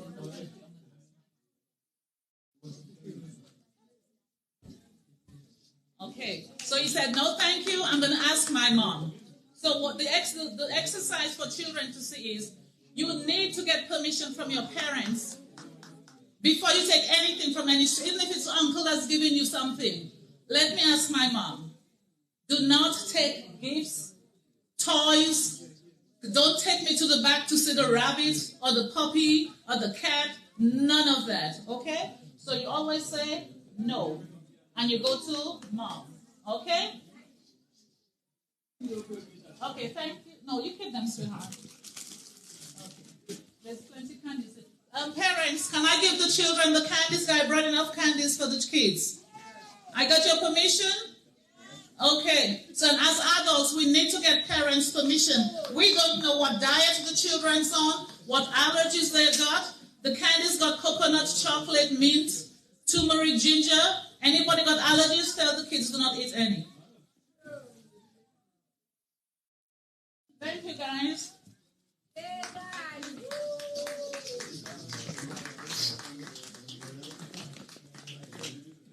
Okay.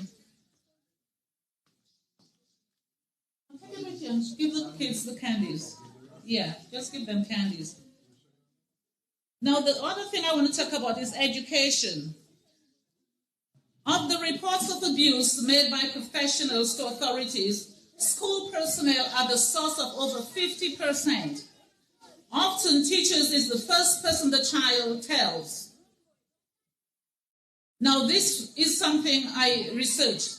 It says Texas, but I just want to give you a zest of how people handle these situations.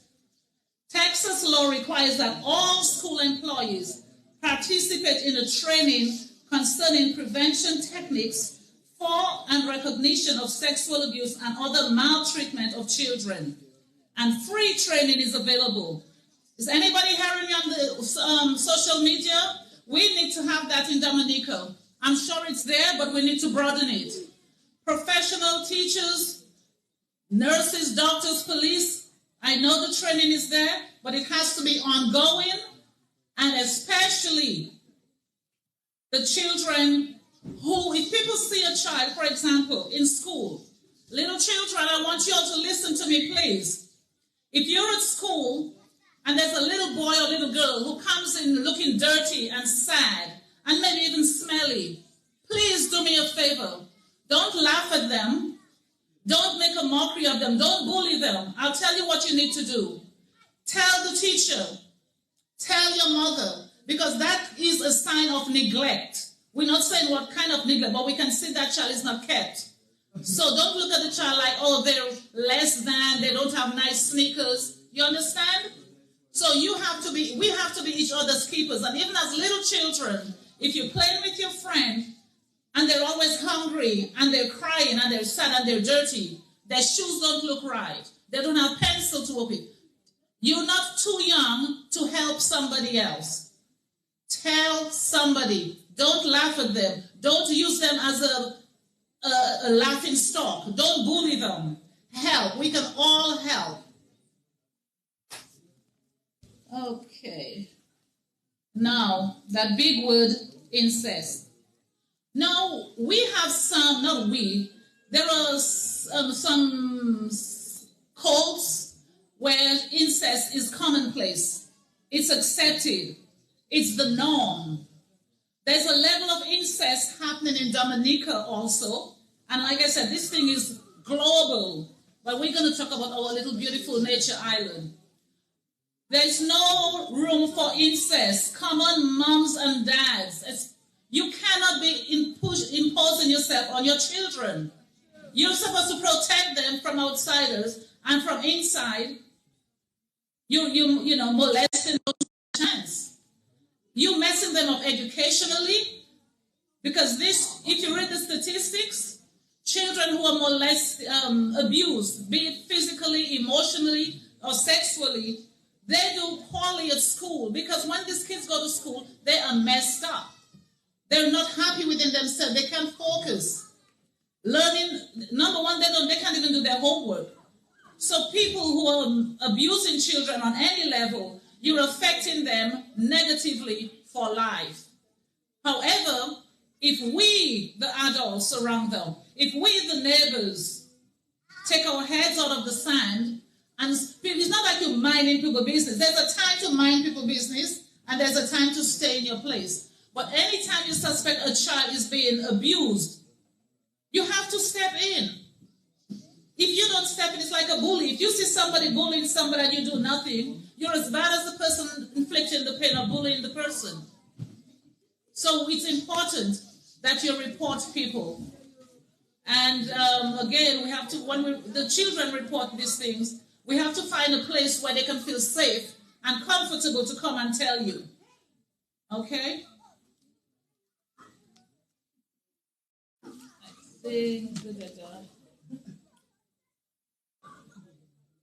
I talk about the bullying.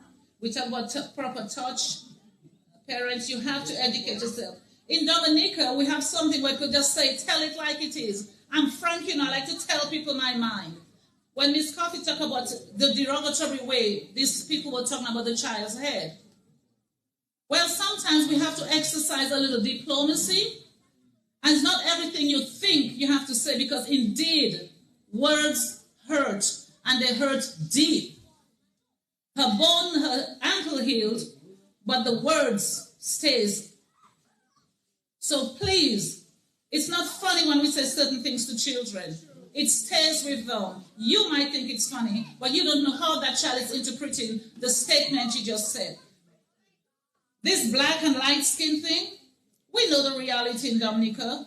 And guess what? It's around the world, and we know that's another topic for another time. We have to get ourselves away from this.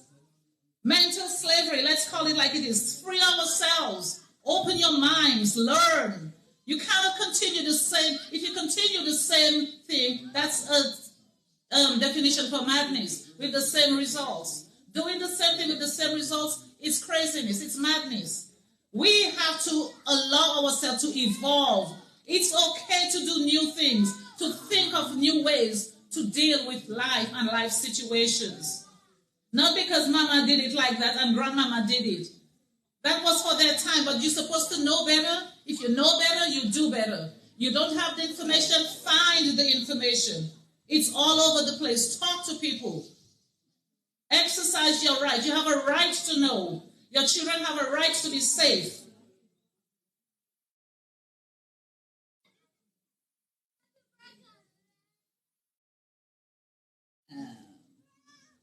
Yeah, I think we spoke about that. Not selling your children to provide for the family.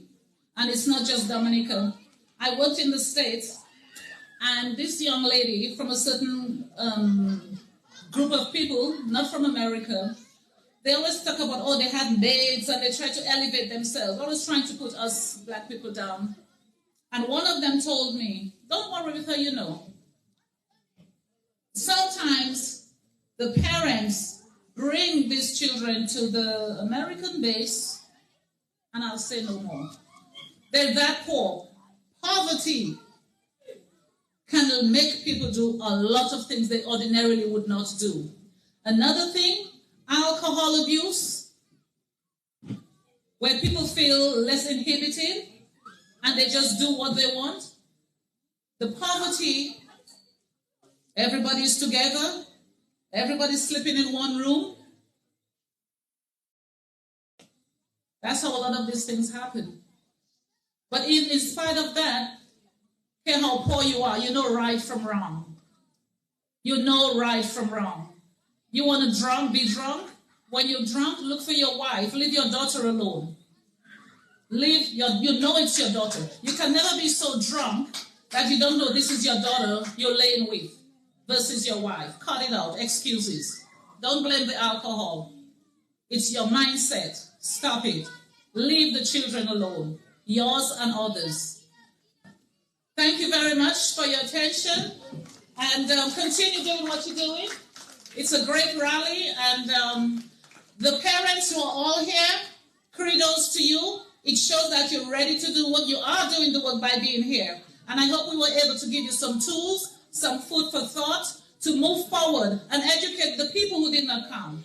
We all have to spread the word, one mustard seed at a time. Okay? We can't wait for everybody to do the work. We have to do the grassroots work. Excellent. Congratulations for doing. Thank you. Thank you very much, Ms. Rosalind Cabon, for that very practical presentation. Another round of applause for her, please. And now we bring you some entertainment. It is my pleasure to welcome to the stage the Karina Cultural Group.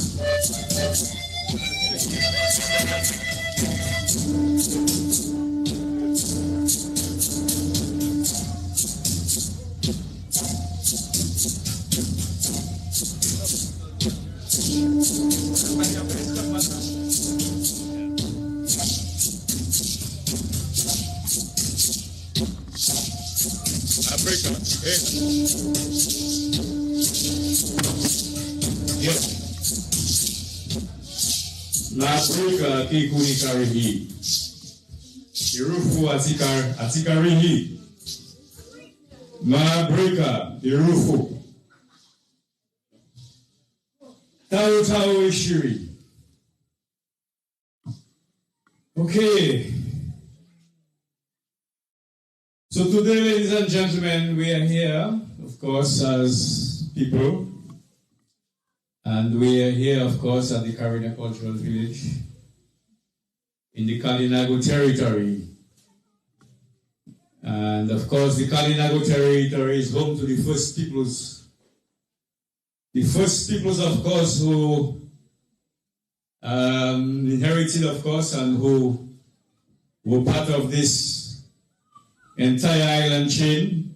That is why it is called the Caribbean, because we were called the fierce cannibalistic people. But we are still here, of course, and we are here to bring you some of our traditions and so, because, you know, in these modern times, many of our traditions are forgotten because of this modern day lifestyle, because everybody knows everything. But I can tell you one thing, that my great-grandparents couldn't read and write, but they could read the stars, they could read the wind, and they could read the clouds. They could read the ocean tide. But they couldn't read their name, of course, on a big piece of paper. But they knew exactly what they were talking about. The traditional medicines, of course. We knew everything that we could do. We healed our sick. We took care of the little ones without no modern type of education. You know how much it costs now to be a midwife? It's a lot of money. Some of my people could not read and write, and they could deliver hundreds of children. Today, the modern system has made us slaves, economic slaves.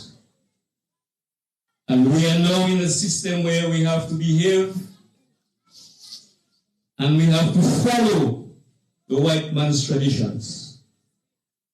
But I'm just going to do a few things for you, ladies and gentlemen.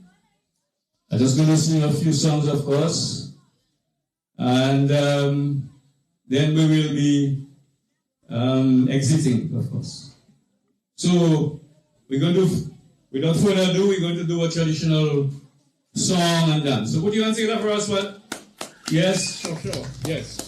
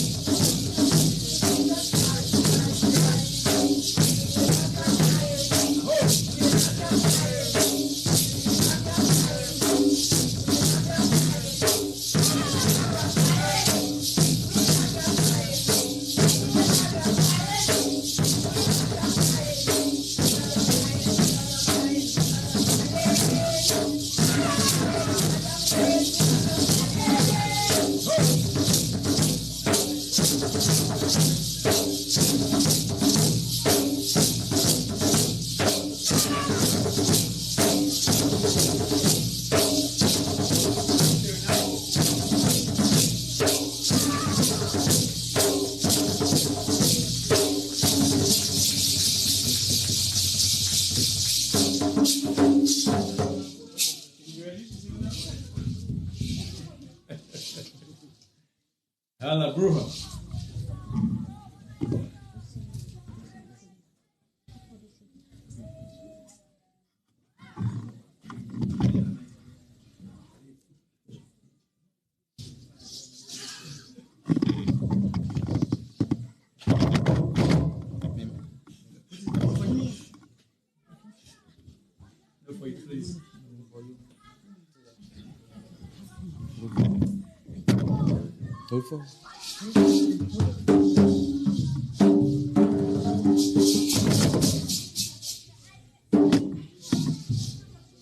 All right, ladies and gentlemen, you just sing our traditional song. Of course, Kalinago Culture Group doesn't do only Kalinago traditional song, music ceremonies, but we do we do modern dance, we do other dances, of course, and right now it is Christmas time, so I am going to do a little Christmas medley with my group. So everybody join in and have a good time. It's Christmas time.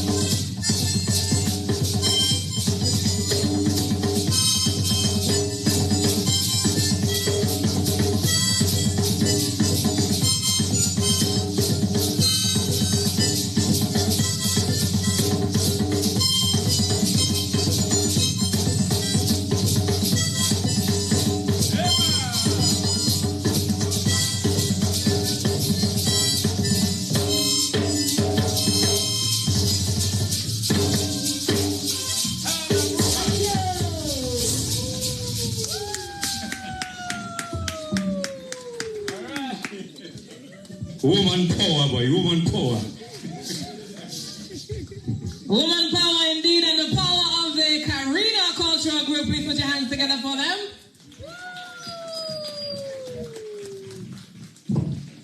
Now I have one more thing to give away, and that is for an adult. So I need one adult brave enough to come on stage and give a message to all the people out there who are abusing children.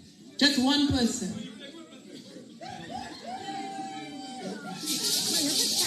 Anybody brave enough? Open up the children. Is anybody brave enough? One person. Thank you very much. Put your hands together for her. Her task is very simple this evening. She will deliver a message to the people out there who are abusing children.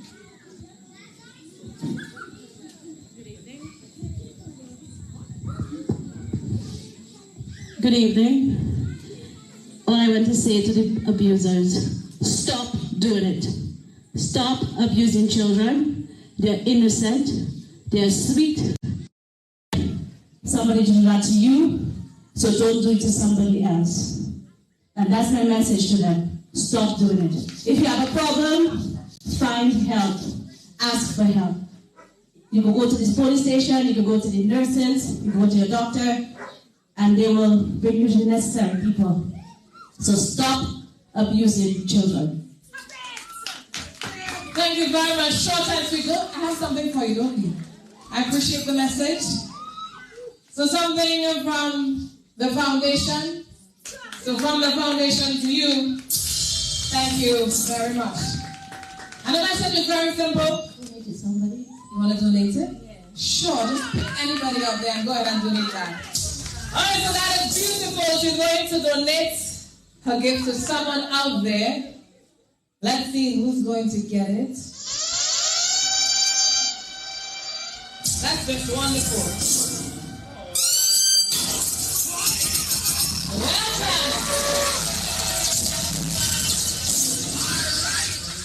We appreciate that move very much.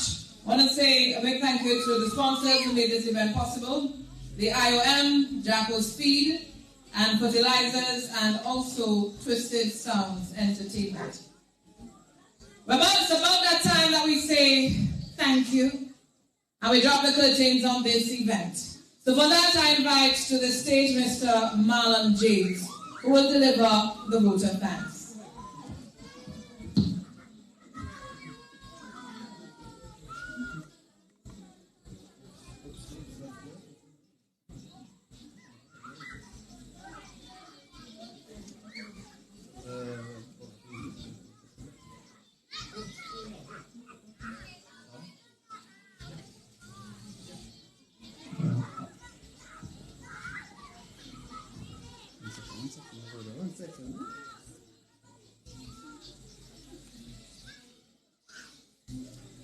Alright. Good evening, ladies and gentlemen, again. So my name is Marlon James, and I am the social media and marketing coordinator for the Kalinago Child Support Foundation, Inc. And I would just like to say a very big thank you to everybody coming out today. So let's get to my vote of thanks. Ladies and gentlemen, distinguished guests, and our precious gems today, present today, and all those following via the live stream. On behalf of the organizing committee and the entire team behind the Child Prevention Campaign Rally, I stand before you today to express our deepest gratitude and extend a heartfelt vote of thanks. First and foremost, we would like to express our sincere appreciation to each and every one of you who took the time to attend this significant event. Your presence here today demonstrates your unwavering commitment to the cause of protecting our children and creating a safer future for them. We would like to extend our gratitude to our esteemed speakers and panelists who share their invaluable insights and expertise. Your words have inspired us all and have shed light on the importance of child abuse prevention. Your dedication to this cause is truly commendable. A special thanks goes out to all our sponsors. who generously supported this campaign rally. Your contributions have made it possible for us to reach a wider audience and raise awareness about the critical issue of child abuse prevention. Your commitment to making a difference in the lives of children is truly remarkable. We would also like to express gratitude to the dedicated volunteers who worked tirelessly behind the scenes, ensuring the smooth execution of this event. Your hard work and dedication have not gone unnoticed, and we are immensely grateful for your selfless efforts. Last but certainly not least, we extend our deepest appreciation to the children and their families who have bravely shared their stories, experiences, and came out today in great numbers. Your courage and resilience serves as a powerful reminder of why we must continue to fight for their safety and well-being. Your voices have been heard, and we stand with you in solidarity. As we bring this child abuse prevention campaign rally to a close, let us remember that our work does not end here. It is merely the beginning of a collective effort to create a world where every child can grow up free from harm. Together we can make a difference and ensure a brighter future for our children. Once again, thank you for all your unwavering support, dedication, and commitment to this cause. Let us continue to stand united in our mission to protect and nurture our children, for they are the future we strive to safeguard. Thank you, and may we continue to work together towards a world where every child can thrive. On behalf of the entire Board of Directors of the Kalinago Child Support Foundation, Inc., thank you, and have a wonderful evening. Thank you very much, Marlon, and please put your hands together for the foundation. This was a beautiful event. I do hope that it was very informational to all the persons out there present this evening and also to the viewers on MO News. Right now, we are not done for the evening. There's two more things that's going to happen. Just two more. One, we get to enjoy some refreshments. And two, we're going to enjoy the seminal activity. So there's a little jump up after you eat. So we're going to eat and then enjoy ourselves together. I do hope that you have a wonderful evening. It has been my pleasure being in your company.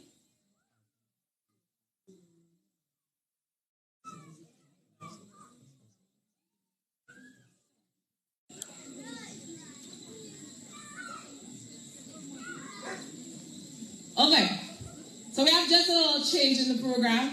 So something's going to happen, something very surprising is going to happen. After that, we move into the refreshments and then the seminar jump up. So DJ, in the interim, can you please give the people some music to warm things up? Because the vote of thanks has already been delivered and we need to shift the mood just a little bit. Yeah?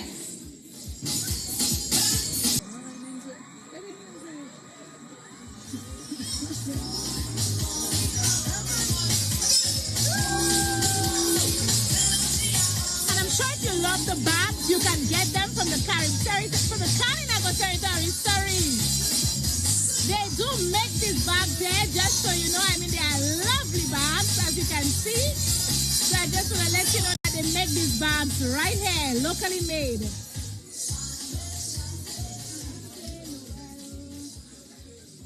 So next we have a token of appreciation for our Miss Kalinago first runner-up and our speaker for today, DSC, representing DSC, of course, on behalf of the Sustainable Agriculture Department. So Aliyah Francis.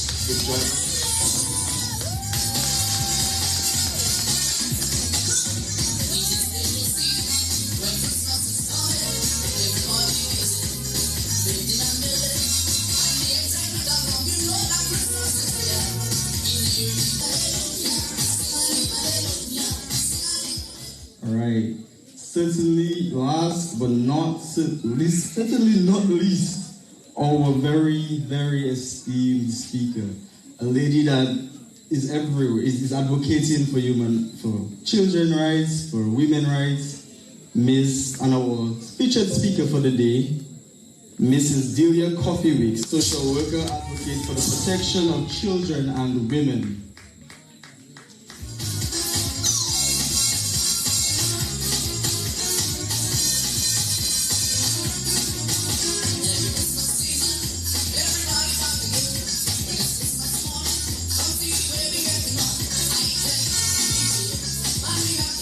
you very much, Marlon, and I do hope that all the persons, myself included, will enjoy our gifts from the foundation.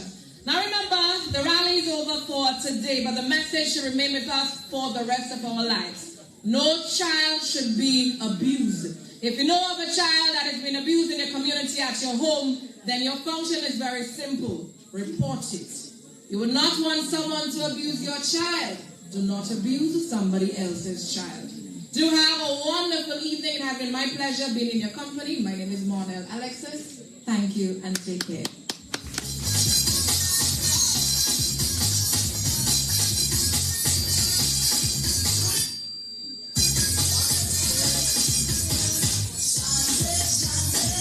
So we have come to the end of the Family Empowerment Program here at